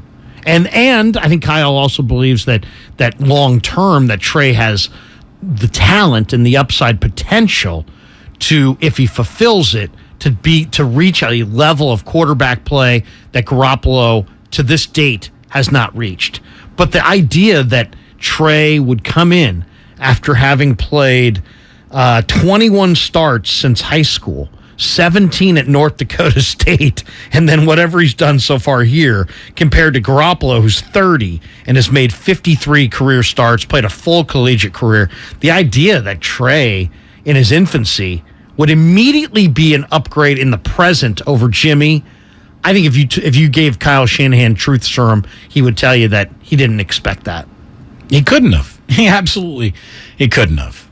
But at the same time, it's not an outlandish thing to nobody's pushing back. Well, nobody's pushing back because it's an it's like a baby being compared to an adult. Well, then we're right back to why did you make that choice then, Kyle? Why did you install on a team that everyone says is ready to win the whole thing right now if they can just figure out their quarterback? Why did you have a less than quarterback from a quarterback that in Garoppolo represented he's too less than to win the big one? If Jimmy Garoppolo wasn't prepared to win the big one, then Trey Lance by definition can't be. That's why what Steve Young said about how they need to sit down and get on the same page, and there needs to be some dialogue. It's great that Jimmy's here to save the day, and yeah, their Super Bowl odds have gone up slightly, But if they don't repair, if Kyle can't express to Jimmy why he thought he was limited, why he thought his ceiling was limited, and if Jimmy can't express to Kyle what frustrated him about 2018, 19, 20, 21 as compared to 2017, then I don't know where this goes. Hopefully these guys will use this opportunity now that they're kind of married for the second time to kind of have a little dialogue about what don't you like about me? What don't I like about you? I think it was more than anything else. Let's get on the same page and grow. We've been to 6 playoff games together. You have a worse passer rating in the fourth quarter with 0 touchdowns and 3 interceptions than the passer rating you get for just spiking a football. The 49ers would have won championships had Jimmy just spiked the football in the fourth quarter instead of trying to throw a forward pass. That's just math. That's out there. That's real. Somebody said, Damon, how can you bring that up? That's so biased. That's not a biased stat. That is just a fact.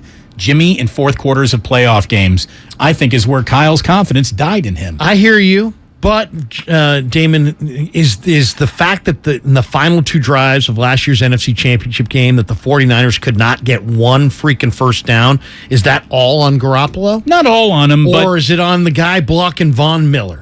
Or is it on the guy blocking Aaron Donald? Or not blocking Von Miller, not blocking Aaron Donald, or A'Shaun Robinson? I hear you. It's all connected. There is no doubt about that. There is no doubt. He was running for his life in those final 2 series. But whenever I get into this with Ray, and Ray's like, hey, Jimmy wasn't on the field when Richard Sherman was giving up touchdowns in the Super Bowl in the fourth quarter. I said, well, Richard Sherman wouldn't have been on field playing defense if the 49ers could have sustained a few more drives and killed a little bit more clock and taken their lead to the barn. So it is all connected. One hand watches the other. No question. And there's 2 things that I think of when I think of that Kansas City Super Bowl. I think of the fact that Kyle sat on the ball at the end of the first half, partially out of fear of what Jimmy Garoppolo potentially was going to do.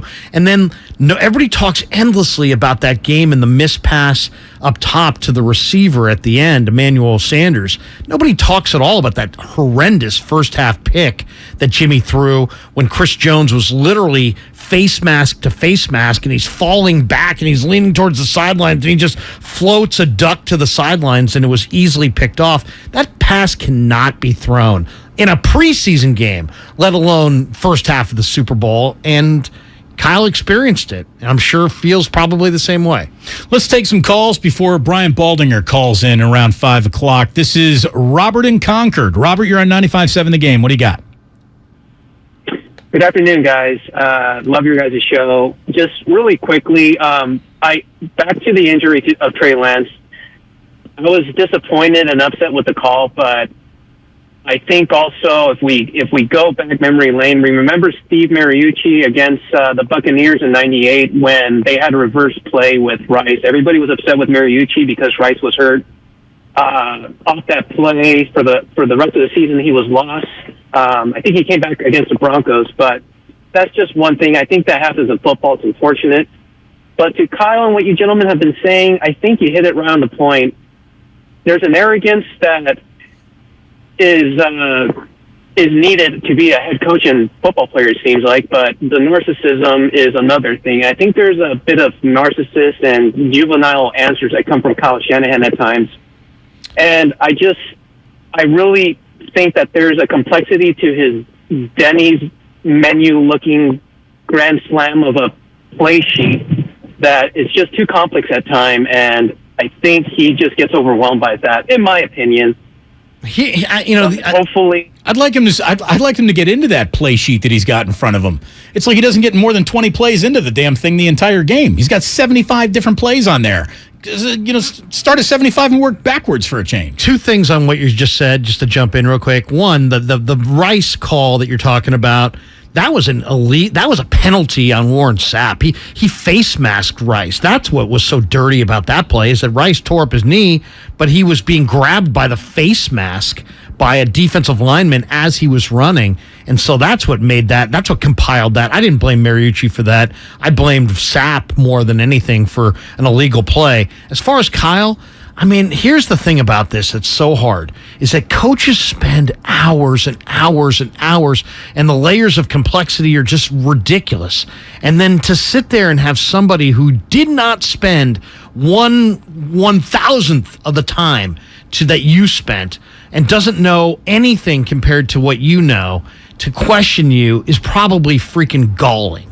And I would imagine that if I stepped into, I don't know, a hospital and questioned some heart surgeon who has spent his life dedicated to, taking tiny little, micro movements on surgeries, and I started questioning him, he probably would push back with a way that sounded arrogant. And you know what I mean? Do you see what I'm saying? Well, it's like if I spend 150 hours a week working on something, and you're just staying at a courtyard at Marriott and watching the game, and then you're like, "What the hell? You're an idiot." It's real simple. Let's say a high school kid with a podcast started telling you how to host a radio show better. Yeah, I mean, if it's somebody, but to me, it's also just about the time invested. And as somebody who's worked as that quality control job and given my life to football for a year and seen, been at the facility at 4 a.m. and still there at 2 o'clock in the morning and doing it all the next day, it's kind of galling when you get questioned by a talk show host or a pregame host or a columnist. It's like, what the hell? Unless, of course, they carry the gravity that you and I carry. I mean, that's a whole different ball of wax. By the way, that's kind of why I don't really go with the post-game gotcha question, because I know that I chose this profession so I could watch for 3 hours and go play with my kids, and not that profession so I could spend 150 hours and be on my third marriage. I don't know. I just see the trade-off, and it's like when you really work the hours and then you really don't, you know the difference. That third marriage could have been special, though. Could have been.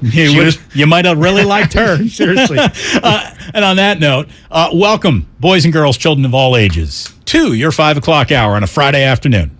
You're listening to 95.7 The Game, KGMZ FM and HD1 San Francisco. Always live on Twitch, YouTube, and the free Odyssey app. Damn well better be free.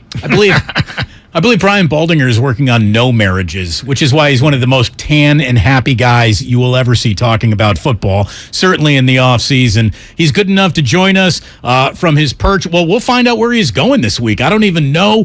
You can see him on NFL Network. If you're not following him on Twitter or on social media, you cannot be as good of a football fan as you want to be. Brian Baldinger teaches. He's a teacher. Being his student is fantastic. Thank you for joining us once again, Brian. How you doing, pal? Hey, Damon. Good to hear you, man. Good to hear your voice. Larry, good to join you guys. All's good here, mine. I'm heading to Tampa first thing in the morning for the Battle of the Bays. Maybe Aaron Rodgers and Tom Brady, who knows, maybe the last time on the field together. That is a sexy quarterbacking matchup. There is no doubt about it.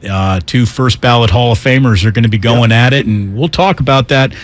I could tell that you got to a hotel room. Normally we chase you down in an airport, concourse or something like that. Crystal clear. He's got his Comrex box plugged in. It is great to have Brian Baldinger with us here today. Obviously, we got ourselves a situation that is much different than the situation we thought we'd be walking into when we were handed our preseason schedules. Russell Wilson finally getting out of the NFC West meant the 49ers didn't need to worry about that guy anymore. Oops. I mean, you're going to see him again in week 3. So that didn't quite go according to plan. And not according to plan is the best way to describe the 49ers quarterbacking situation. What do you think gives the Niners a better chance to win in Denver Sunday night, Brian? Is it the fact that Jimmy's back with them, or that Nathaniel Hackett seems to be over his skis? I actually would lean towards the 49ers defense, which I think is excellent. One of the best in the league. They shut Seattle out last week. I mean, I think that's the biggest factor in this game. I don't know how Jimmy's going to play. He played very well coming in with 2:20 to go in the first quarter last week when the unfortunate incident happened to Trey. But he looked very good. His arm looked strong. He made lickety-split decisions. I mean, I thought he played very well. But I think the determining factor, regardless of, just some of the decisions that we've seen from Nathaniel Hackett, which is a little bit of head-scratching at this point. This stuff can't be that hard. But I think the biggest factor is just the 49ers defense, and I think it'll travel well to Mile High this weekend. Yeah, I mean, it looks really good. I mean, we don't really know because of the Bears and the Seahawks. We don't really know exactly how good it is, but they're number 1 passing defense, number 2 rushing defense, first in total defense, third in points allowed. I did an interview yesterday with Talanoa Hufanga. Yeah. And I got to get your thoughts on Hufanga because they're playing a lot of this cover 3, and he's the box safety in the cover 3. And, man, he sees it. There's no hesitation. He's firing. It's impacted their run defense tremendously. Well, he leads the team in tackles right now. You can't take your eyes off 29. Hufanga is an unbelievable player. He has some skills that allow him to play in the box that, linebackers don't have. He just can get underneath offensive linemen and literally impact plays. He doesn't get blocked. He doesn't stay blocked. But if you put him in the deep half of the field, the guy's got tremendous ball skills. He leads the team with passes defensed. He probably should have had an interception last week, but Gibson ended up getting it anyways. He makes great breaks on the ball. He did with Tyler Lockett twice. There's really nothing in 2 weeks so far that he hasn't shown that he can do, and do full speed at a high level, tackles behind the line of scrimmage, you name it. He is, in my mind, going to be as big a star as there is on that defense. I know there's Nick Bosa there and there's Fred Warner, and they have cemented themselves as two of the best in the entire industry. But Hufanga is going to be right there pretty soon. Brian, an awful lot of attention has been paid to, Jimmy Garoppolo, his tendencies, what they were when he originally showed up in a 49ers uniform. He even harkened back to the freedom that he had in 2017 that was maybe, ignorance by bliss. He even admitted, he's like, I didn't know the whole playbook. I didn't know every element of the play, so I was just kind of winging it out there early on, and we had an awful lot of success. Do you think there isn't any chance that Jimmy Garoppolo doesn't go rogue necessarily, but takes more ownership over the throws that he wants to make when he thinks he sees them, and steps a little bit out of the choreographed, this is the way Kyle wants it on every play at all times? I think quarterbacks have to do that, Damon, to be honest. It's a great question. I think quarterbacks have to. I've heard some reports of quarterbacks in this league. I don't throw anybody's name out there. They said, the play have come in and they're like, we're not running that play. And they run their own play. And not to just be defiant of the coach, but the coach can script certain things and he can see certain things from the sideline, but a quarterback still has to feel comfortable. He still has a feel for things that a coach sometimes doesn't have. It's great if they feel it together, but that's not always that way. And so I think quarterbacks have to be not daring and not looking to rebut the coach, but I think you got to put some of the ownership on you. Like I can make this play. I'm going to, and just, like it's almost like, Denver on that first Monday night game of the year where, they're not sure if they're going to kick the field goal, call timeout, clock's running. If Russell Wilson's in that situation again, he's not waiting for Nathaniel Hackett to tell him what to do. And Russell's going to call the timeout. He's going to call the play. He's going to tell the coach what play he's running, and he's going to run the play. Sometimes you just have to take charge. And quarterbacks are in that position. And I think it's part of the process to be able to, see things the way you see it and sometimes call your own plays like that. You were an interior offensive lineman. I got to ask you about Burford and Banks. Banks is just mauling people in the run game. He didn't play at all last year. Burford has stepped in at right guard. These guys look like they could play together for the next 10, 12 years. It's really exciting. What do you see when you watch them? I see a group that's coming together. I don't think they've figured it all out yet. We've had a bunch of different running backs already. Obviously, Mitchell went down. Tyrion Davis-Price went down. And every time you put a new back in there, whoever it's going to be this week, and whatever combination of backs, there's got to be a rhythm that you develop with your line. And I remember, back in the day, talking, when I blocked for Herschel Walker or Tony Dorsett, there was a certain thing that you would tell them in a huddle.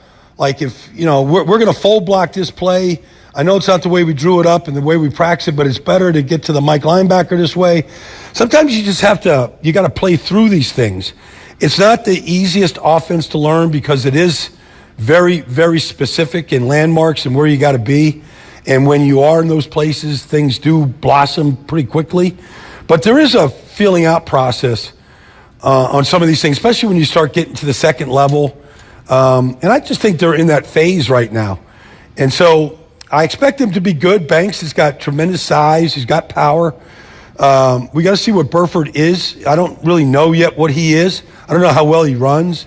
They like linemen that can pull. Everybody does. There's certain things you can do on the perimeter when guys run really well. So I want to see a little more of him right now. Brian Baldinger joining us here on 95.7 The Game. Was there a uniform that brought out the best in you as a player? Sometimes, all of a sudden, this is the team I'm playing against, and I'm going to have myself the best game of the entire year. It's motivation. I can't explain it. Aaron Rodgers sees a Bears uniform, and he's Superman. Well, he's kind of Superman every week, so I don't know how much of a unique experience that is. But it feels like whenever Russell Wilson looks across the field and he sees a 49ers uniform, it brings out the very best in him. And for a team that you said is defined by its defense, and there's no doubt about it, this defense has always had a little trouble bringing down Russell Wilson.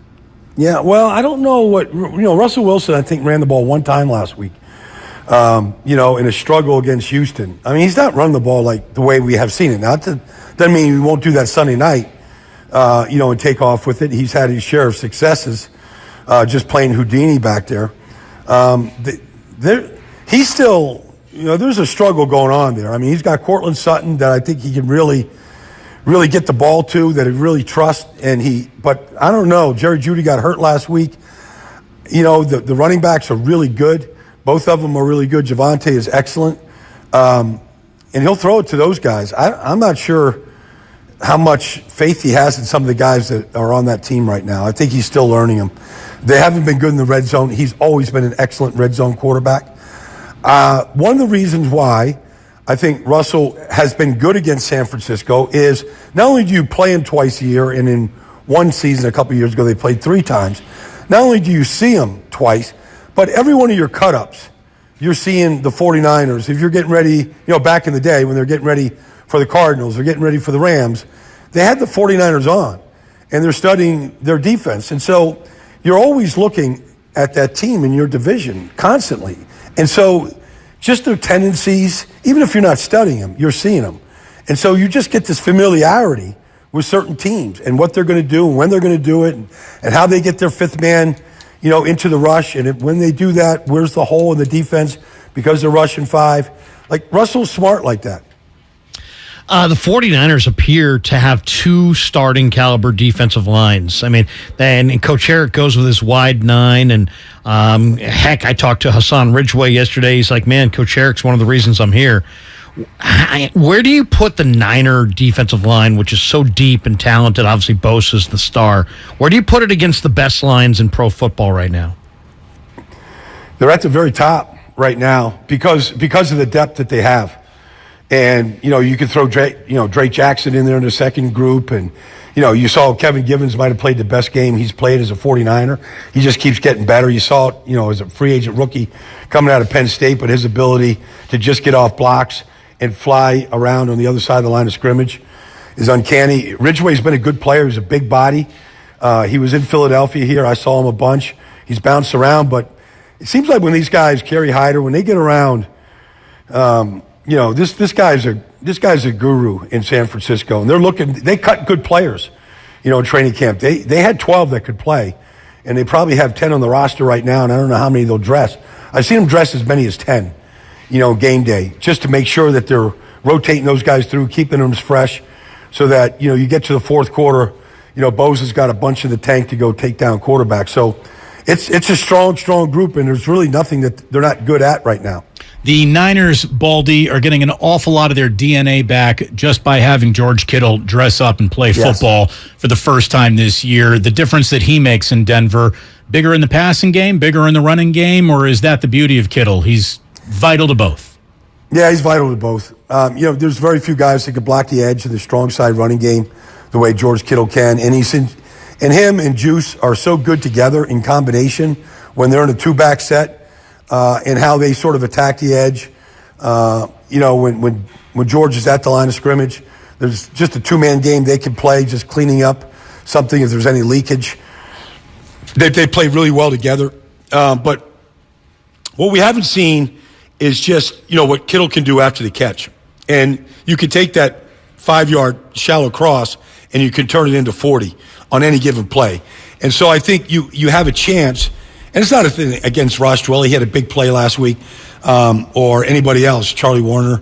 But he just has an explosive element after the catch I'll never forget the shootout game in New Orleans a couple years ago.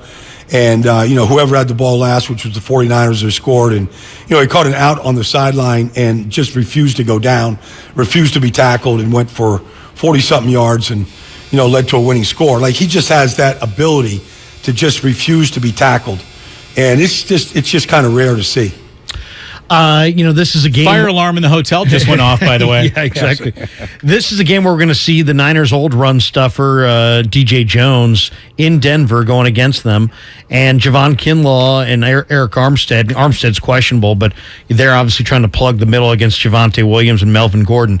Give me your thoughts on DJ. Give me your thoughts on Kinlaw, because Kinlaw's an enormous talent. It just seems like if he can keep that pad level low, Baldy, that's kind of his key on every snap. Well, he does play too high. There's no question. He's 6'5", 6'6". I mean, he's a big guy, but he's got to fight to stay down. There's no question. He's got enormous strength. I think he's struggling a little bit after not really playing last year. I don't see just clean plays from him.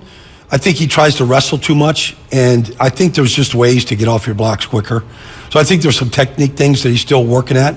Because I think you just can't just try to muscle these guys all day long. Dalton Reisner, these guys, Quentin Miners, he's going to see those guys this week. You just can't muscle those guys inside. You're going to spend too much time doing it. And so I think that's a factor. DJ is a great player. He just is a guy that has unique body type. He's short, but he's explosive. He plays with great leverage. And he just has an ability to get off blocks and turn his hips and chase everything down, whether it's a screen pass or whether it's coming in backdoor to take down a running back. He's just got elite movement. And that's what you see when you watch him. Brian Baldinger, again, in a hotel in Tampa where he's getting ready for Packers and Bucks this weekend.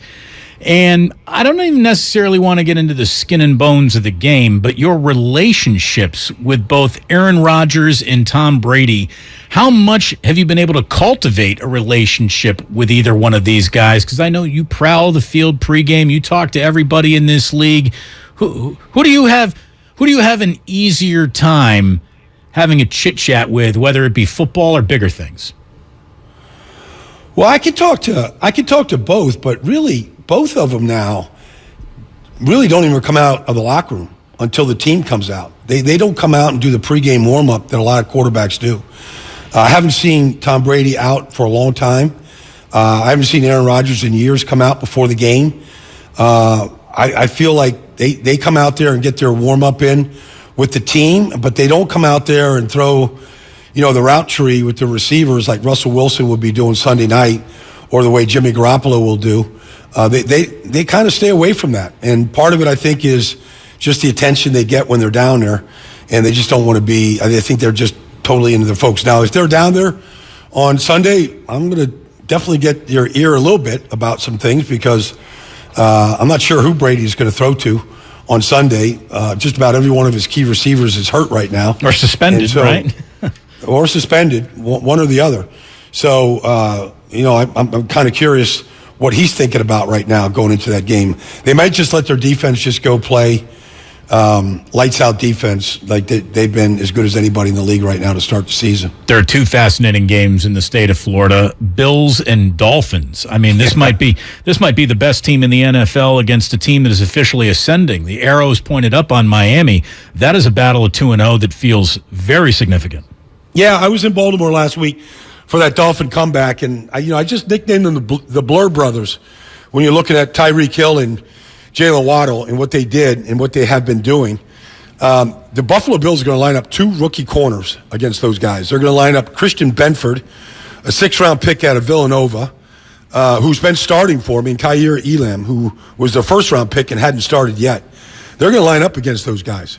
Now, they've got two experienced safeties in Jordan Poyer and Micah Hyde, but we saw experienced safeties last week, and they were helpless against some of those go routes that the Dolphins ran. On the other side, Buffalo's offense is just as good as anybody's, and Miami has not really played great defense so far. So this could be a classic shootout between these two offenses, and a little bit like last week, it might be the team that has the ball last might win this one. You know, Baldy, it's interesting. Everybody builds their team differently. The Niners have emphasized defensive line play, and they've put a lot of money and a lot of resources into their defensive line. Miami, by comparison, has gone with a lot of skill position guys, a lot of speed. If you were an NFL GM, I mean, would you pour your resources into the D-line, or now with the 3-step drop and the hitch passes, is it too easily neutralized? Where would you want to build if you were taking over a franchise that from the ground up? I would concentrate on the trenches. I'd be as deep and strong on the offensive and defensive lines as I possibly could. I think wide receiver would be the last position that I would even focus on. Spoken like a true lineman, by the way. Yeah, but I mean, honestly, yeah.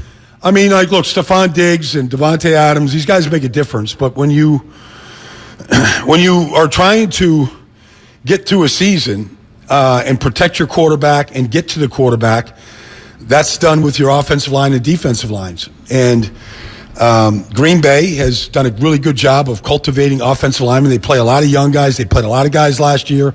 They've gone through a lot of injuries, but they have a lot of depth as a result. And so Aaron Rodgers has been upright for the last 3 or 4 years, played every single game, almost every single snap during that stretch. And same thing with Tom Brady. Now, Brady's line is crumbling. They played a backup to a backup left tackle who had never played in the NFL in his life last week. And so, you know, they're hurting right now, and it's great if you have Mike Evans and Chris Godwin and Julio Jones out there. But if you can't give Brady 2.5 seconds, I mean, it might be all for naught. So, are we dessert to the dinner you already ate, or are we the appetizer to the dinner you're about to go have? Oh no, I've finished all that. I mean, I'm just sort of I'm going to watch. I'm getting ready to watch this Rod Woodson of Football Life. One of my favorite people in this business. His debut for the Football Life starts in about 40 minutes, so I'm just getting ready for it. Football courses through his veins. That's why we love talking to him. What a resource we have. And Brian Baldinger, have a great call on Sunday. Thank you so much for joining us. It's always great to catch up with you, brother. Always a pleasure, Damon. Take care now. Have a great weekend. Enjoy that one on Sunday night. It's going to be fun. We will. Absolutely. Brian Baldinger here on 95.7 The Game. Damon and Ratto with Larry Krueger in. Yeah, I mean, it's 8:20. Yeah, it's a little late for dinner. A little late for dinner. I would have already done it. Yeah, I mean, I'm not hitting early bird specials just because I'm in Florida, but yeah. Del Boca Vista or whatever. La Boca Vista? Del Boca Vista. Take the pen. Take the pen. Oh, you're not going to the early bird, huh? Hey. You must be flush. Where'd you get all that money? You're not going to the early Not bird. interested in the early bird. Okay. That guy is just fantastic. What are you doing tonight? How are you going to spend some free time? Yeah, I'm watching NFL Network. That's about as Brian Baldinger an answer as you can get. What's your favorite NFL? When he said Football Life, what's your favorite Football Life? A lineman's Football Life. I love the one with Reggie and Jerome Brown. I think that's so damn good. Oh, the Eagles. Yeah. Reggie White and Jerome Brown. So I saw that teased. I haven't seen it. The Mike Ditka Football Life is pretty good. I saw that one. The Walsh Football Life is excellent. Have you seen that one? No, I have. I got to be totally honest with you. When I'm on the couch at night after doing this all day, unless it's an actual game, you'd rather watch Game of Thrones or something like that. Yeah, I mean, I get so much sports in my life that further sports documentaries haven't really been my go-to. Now, if I run into one and it's so recommended, absolutely, I'll watch it. As a matter of fact, the next sports documentary that I've been told I have to watch is this Manti Te'o documentary. I know, I have seen it. It is good. I heard you sort of rethink the entire situation. You feel sorry for him. He explains it in a way that actually has some gravity to it, and then you realize how completely chewed up and spit out the media machine, what they did to a truly, noble young man. Yeah. You feel bad for him. You feel really bad for him, but it's a really well done one. I like that one. I like the one, the Malice in the Palace. Oh, that was a good one. That was good. That was a good one. Heck, last night I decided to get away from sports. I went season 5 of Cobra Kai. You know, I haven't done any of the Cobra Kais. I haven't done any of them. See, as somebody who saw Karate Kid, the original, I'm sure you probably would appreciate Cobra Kai. Never seen Karate Kid. Oh, you'll love Cobra Kai. No, but that's what I'm saying. That's what Ray would say. I've never seen. What do you mean, Miyagi? He saw it. Right over. No, I guarantee you, Ray's He never didn't see Karate Kid. He's never seen Karate Ralph Kid. Macchio? He's never seen Star Wars. He's never seen Indiana Jones. He's never seen. I don't even think he's seen Goodfellas. He's pretending. No, I don't know. Godfather? He has seen The Godfather. I got him to admit to that. At least the first two.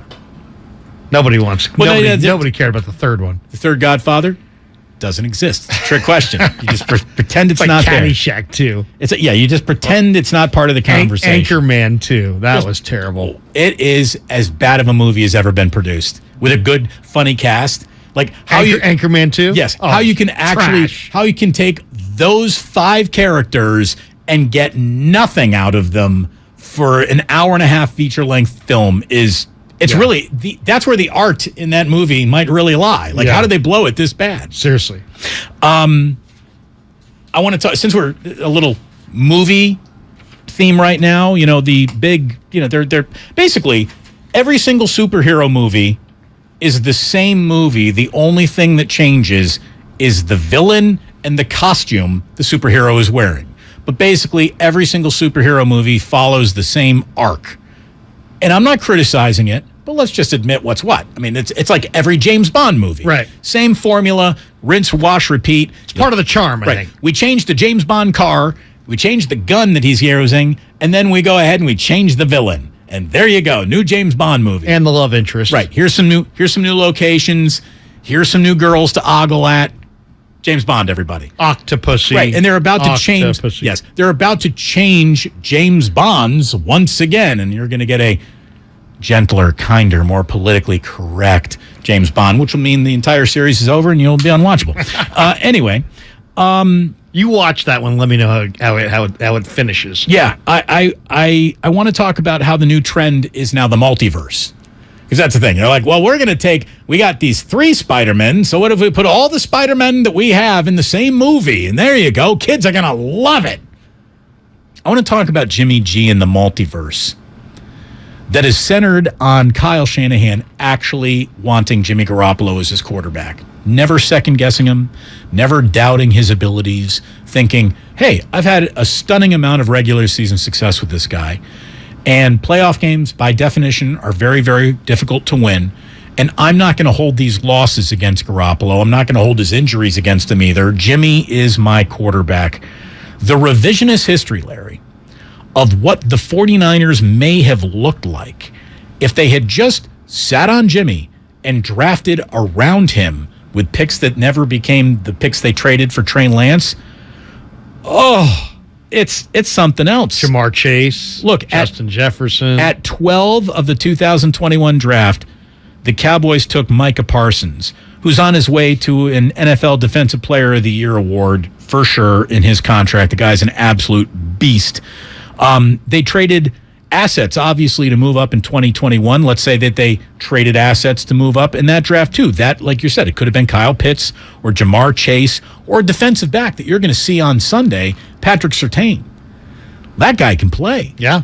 The 2022 first-round pick, that'll be property, that would still be property of the 49ers. Like, that could have been, and that would have, since they were in the NFC title game, that is not going to be a very high pick. I was looking at the back end of that draft who might have been on the radar. This is unfair. This is unfair to do. It is unfair to do because you can find that one guy in the second round that just became a stud, and you're like, we could have had him. Dude, they could have had George Karlaftis, the DN for out of Kansas City. Yeah, now I would have crapped all over it because he's from Purdue, so I would have instantly rejected it as a mess.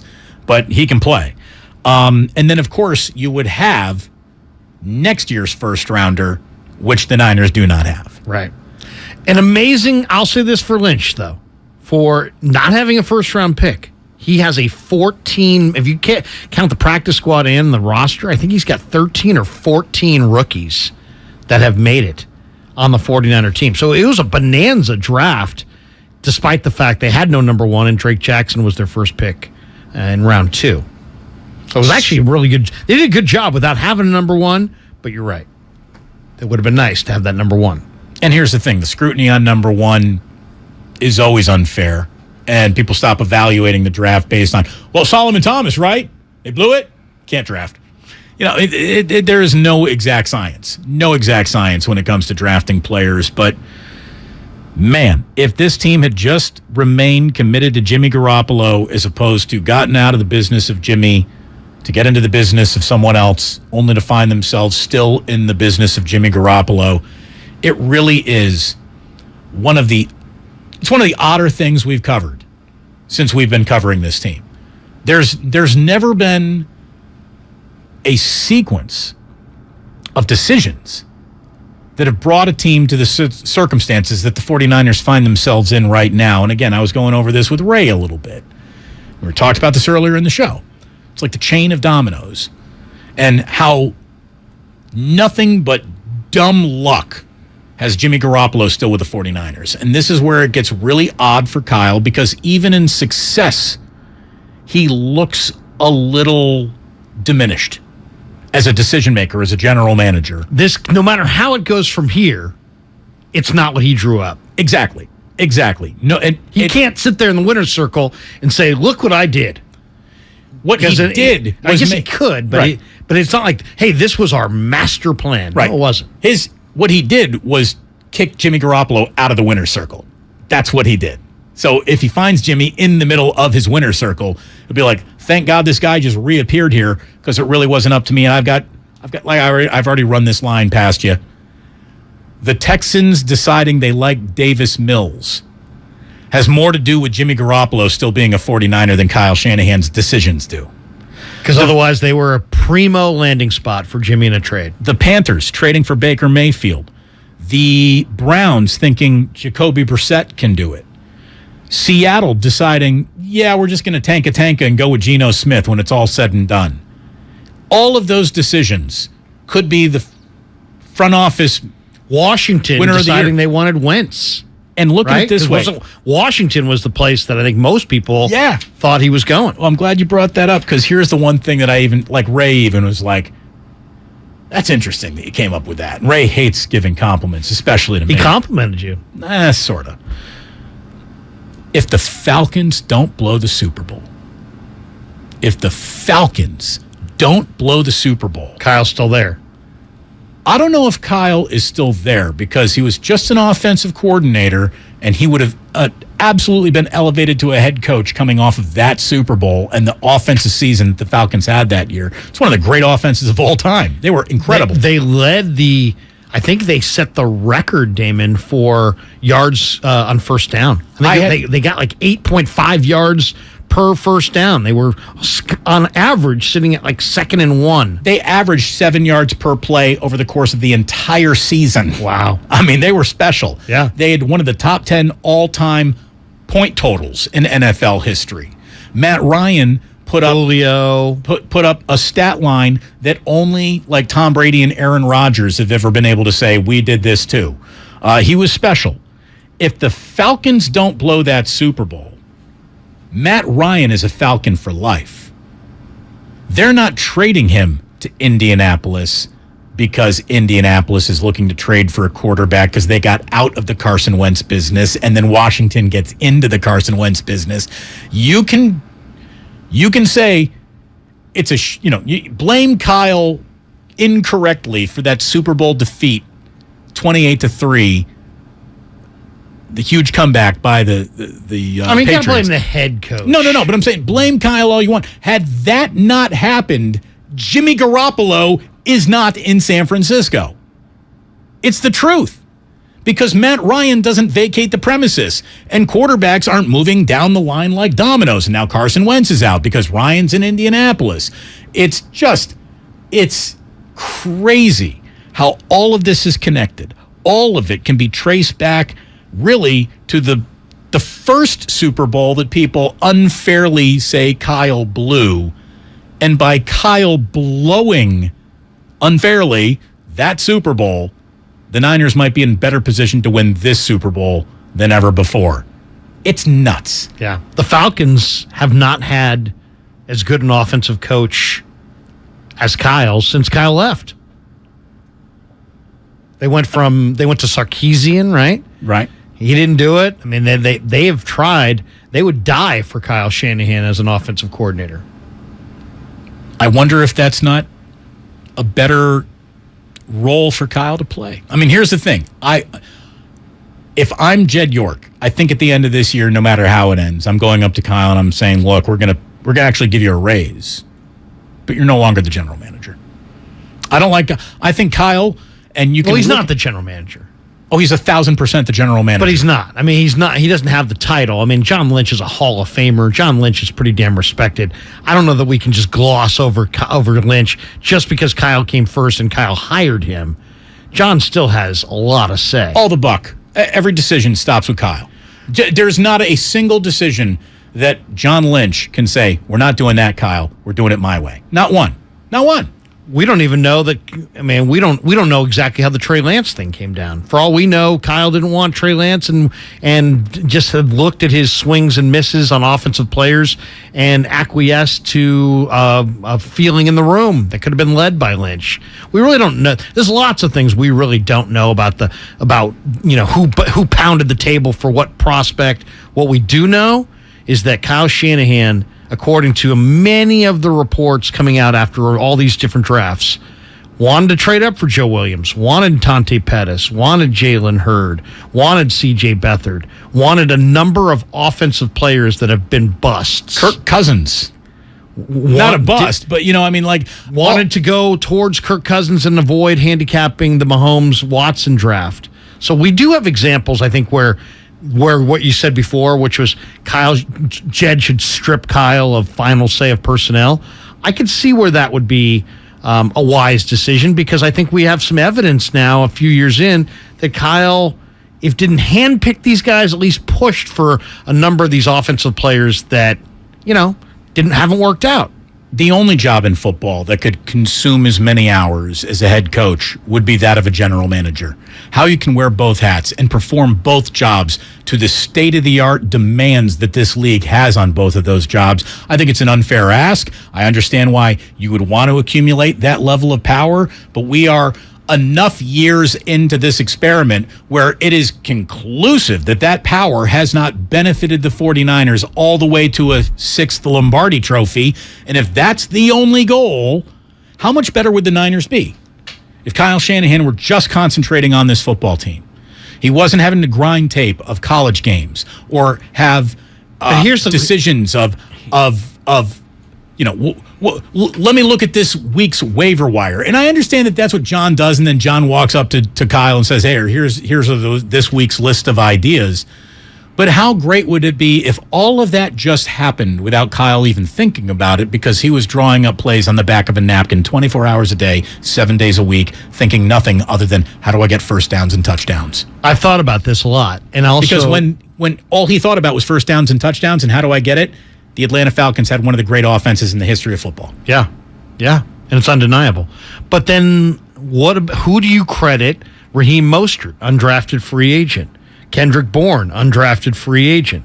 Jeff Wilson, undrafted free agent. Jordan Mason, undrafted free agent. These are all offensive players. All running backs, though. Well, obviously that's not a running back. Undrafted free agent. I mean, even this year, they got some nice-looking offensive linemen that they think have a future, and they got them late. I'm just saying. No, look, you're making very good points. Purdy, Mr. Irrelevant. I mean, how many of these late round or day three or after the draft offensive players did Kyle have the genius and say, or George Kittle in the 5th round? Those are not. Did Kyle say, hey, I want that guy. That guy needs to play for me? Well, if he did, then that kind of... But if he really knew who George Kittle... If he thought George Kittle was going to be this, he would have taken him in the 2nd round. Okay. But I'm just saying, what if he identified George Kittle? We don't know. I guess at the end of the day, we don't really know exactly who's arguing for who's going along with the crowd. Is Kyle deferring to Lynch? Is Lynch deferring to Peters? Is Peters deferring to the road scout? I will say this. When Peters spoke at the podium earlier this year in camp, he credited a guy who wanted Sammy Womack, who was like pounding the table for Sammy Womack, one of their road scouts. And this guy was on Sammy Womack the year prior. So how much of the picking gets done by the road scout versus the cross-checker versus the college director versus the general manager versus the head coach? I don't know. I don't know the answer. All legitimate questions. All legitimate questions. I'll say this, though, and I'm not trying to take any credit away from Kyle for the undrafted success that he has has had. Every single football team in this league has the exact same amount of undrafted success dotting their roster. This is a league that is a third full almost of undrafted football players. It's really weird. But do they have the same caliber of players that the Niners have had? I mean, we're talking about Mostert. We're talking about basically all the guys who touch the ball on the offense. I mean, they really don't have outside of what are the high picks? Almost all the high picks have been invested on the defensive side of the ball. I mean, Trey is obviously the high pick invested on the offensive side, but I don't know. I get the feeling that Kyle looked at this thing when he took over, Damon, and said, you know what? I can find guys late in the draft or after the draft on the offensive side. Let's devote our capital, our draft capital, our day 1 and day 2 picks almost exclusively to the defensive side of the ball. Let's build up our athletic base on that side of the ball, and I'll cook things up offensively. And it's worked. I mean, they've had a lot of success. They haven't won the ring. They haven't finished the deal, but they've had a lot of success. So how much of that is Kyle finding these offensive players that fit his puzzle, late in the draft or after the draft? I don't know. I think the one thing we both agree on is that there really wasn't an awful lot to be gained or gleaned from the performance against Chicago, and obviously the win over Seattle was so cockeyed by the injury to Trey Lance that I don't know what there is to gain or glean from that game and project forward the year that the Niners are about to have.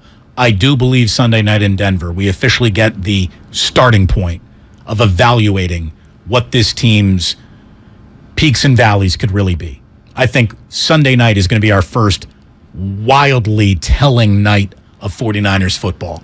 You think so? Because I could easily see the Niners blowing them out and people saying, you know what, Hackett's new coach, new quarterback, new OC, new DC, new owner. I'd be happy to do it. I'd be happy to sort through a blowout.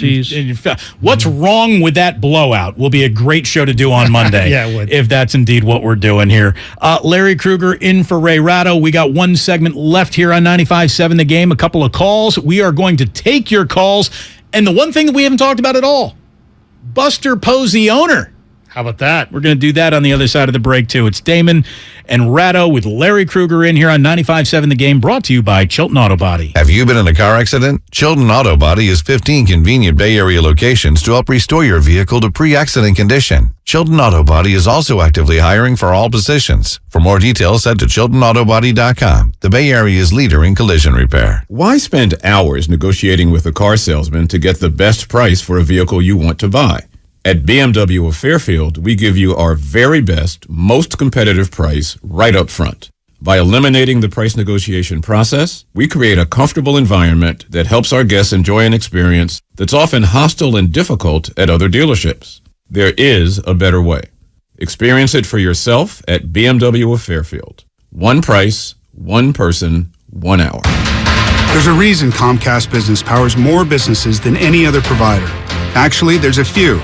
Comcast Business offers the fastest, reliable network, the peace of mind that comes with Security Edge, helping to protect all your connected devices, and the most reliable 5G mobile network. Want me to keep going? I can. Whether your small business is starting or growing, you need Comcast Business. Technology solutions that put you ahead and give you serious savings. Comcast Business, powering possibilities. Get started with fast speeds and advanced security. Together for just $69.99 a month for 12 months with a 2-year agreement.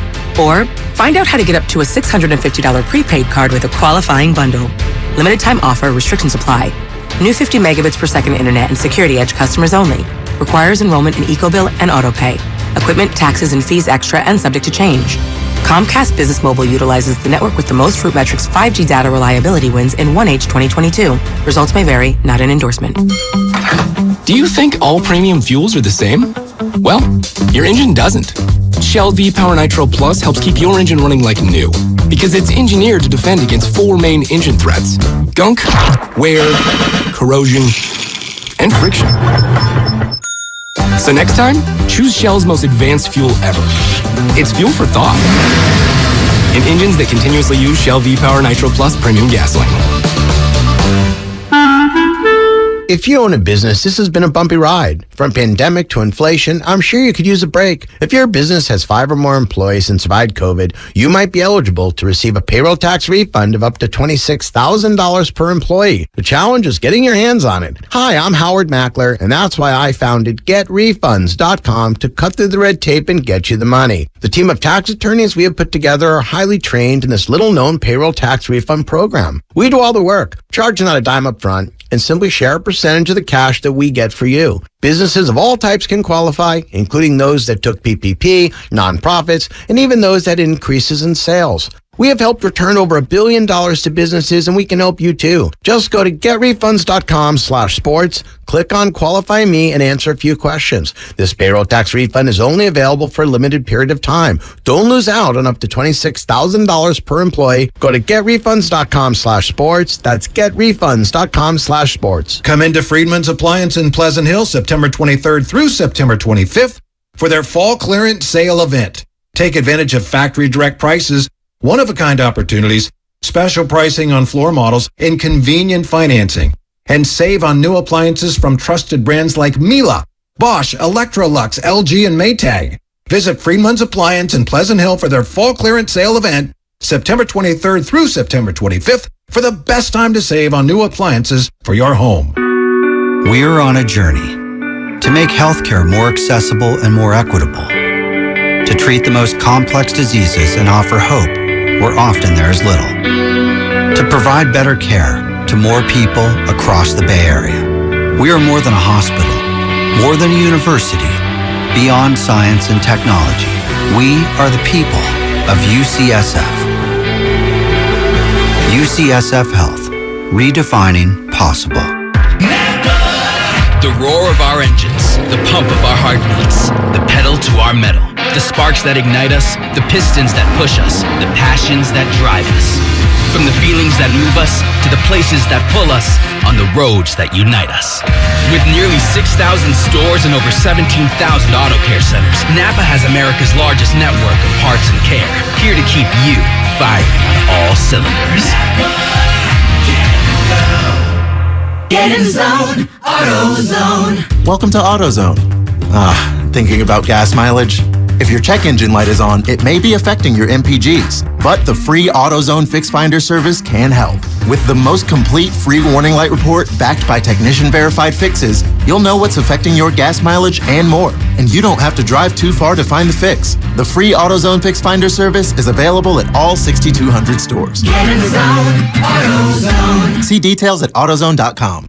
If you have a dog, you might be worried about your good boy being bad for your carpet. But if you had Life-Proof with Pet-Proof Technology carpet, you wouldn't have to worry, even if you had a whole pack of dogs.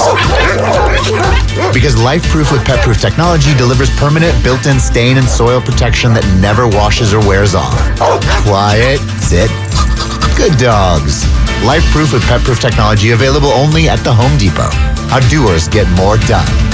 I used to get frequent heartburn at night, so I made Prilosec OTC part of my morning routine. With just one pill, Prilosec OTC prevents excess acid production, blocking heartburn all day and night. It's possible while taking Prilosec OTC. Use as directed for 14 days to treat frequent heartburn, not for immediate relief. Here's what happened today on The Game.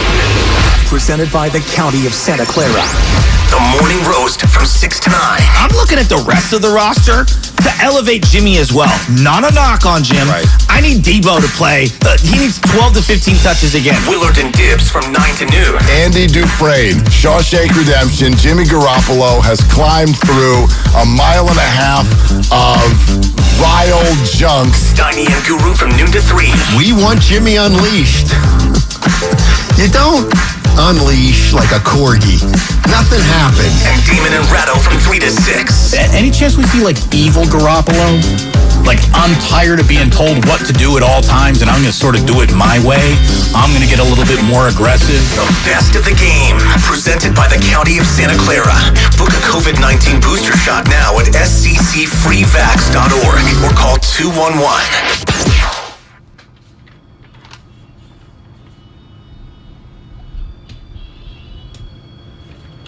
Now back to Damon and Ratto, brought to you by BMW Fairfield on 95.7 The Game.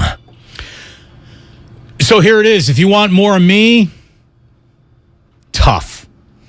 Can't have any more of me until Monday. That's when I'll be back on the air. Larry Krueger, you want more of Larry?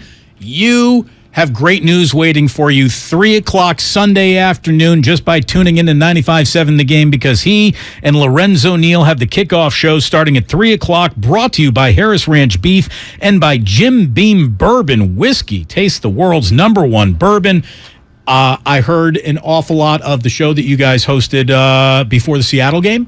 Fantastic show. Really good pregame. I know postgame is being held down by our friends Kyle and Alan Stiles. That sounds really good. You guys sounded great. I think our 49ers coverage is officially beating them across the street, if you don't mind me saying. And you and I might know something about that. Yeah, exactly. Well, I will say this. I did go down to the Niners facility yesterday and the day before, and I caught up for an absolute great conversation with Javon Kinlaw and then another one with Talanoa Hufanga. And we'll take some parts of that and kind of play it in cut form this weekend going into the game. But Kinlaw, really interesting. Tons of things to say. Hufanga could just... I mean, this guy is just... It's hard to believe how great he is. As far as... He's an incredible football player, Damon, but I mean... He's maybe a better guy. Oh, we had a wonderful conversation with him after that Chicago game. He really was impressive as a young man finding his way in this new world. That's the word, impressive. Yeah. And at any point in time, did you physically challenge Javon Kinlaw? No. Did you try to start a fight? Did you try to provoke Javon Kinlaw into fighting you? No, I did not. Well, congratulations. I did not. It worked out good. What a pro. This is Adrian in Redwood City. Thanks for holding, Adrian. What do you got? Dame. Just to wrap up this Jimmy G conversation, I don't know what he's going to do at the end of this year, whether he takes us to the promised land, but you got to admit, I think it's time to bring back a Stranger Things edition of Jimmy G. Stranger Things man, that would take a little pre-production. I tell you, we had a pretty decent season of Stranger Things. I'll put it on my list of strong maybes. Adrian, thank you very much for listening. That's a long-time listener right there. Joe in Vallejo. Joe, last call of the week. What do you got? Hello, thanks for having me. I just wanted to call. I can't believe Kyle Shanahan. I really believe he would make a much better college coach. He kind of like to try to think for his quarterbacks, and even with Jimmy G, it was very unfair. You notice he didn't have a chance to talk with Jimmy before he came out and replaced Trey the other day, and Jimmy was on fire. But soon after halftime, then Cal got back into his head.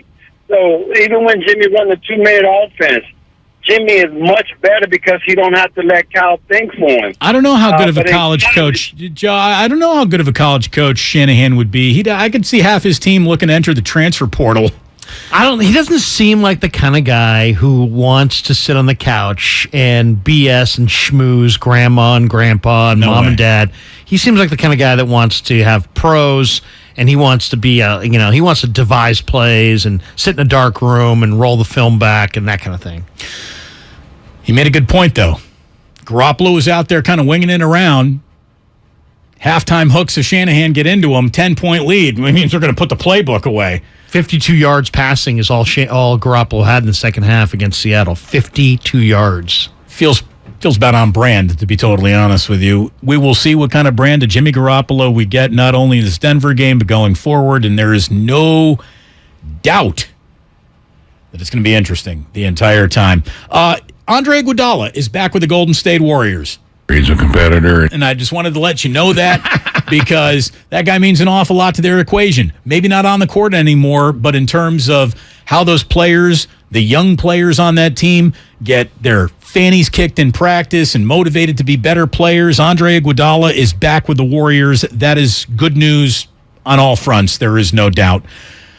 Believe it or not, Buster Posey is back with the San Francisco Giants, but not in any capacity that I think we ever assumed here, Larry.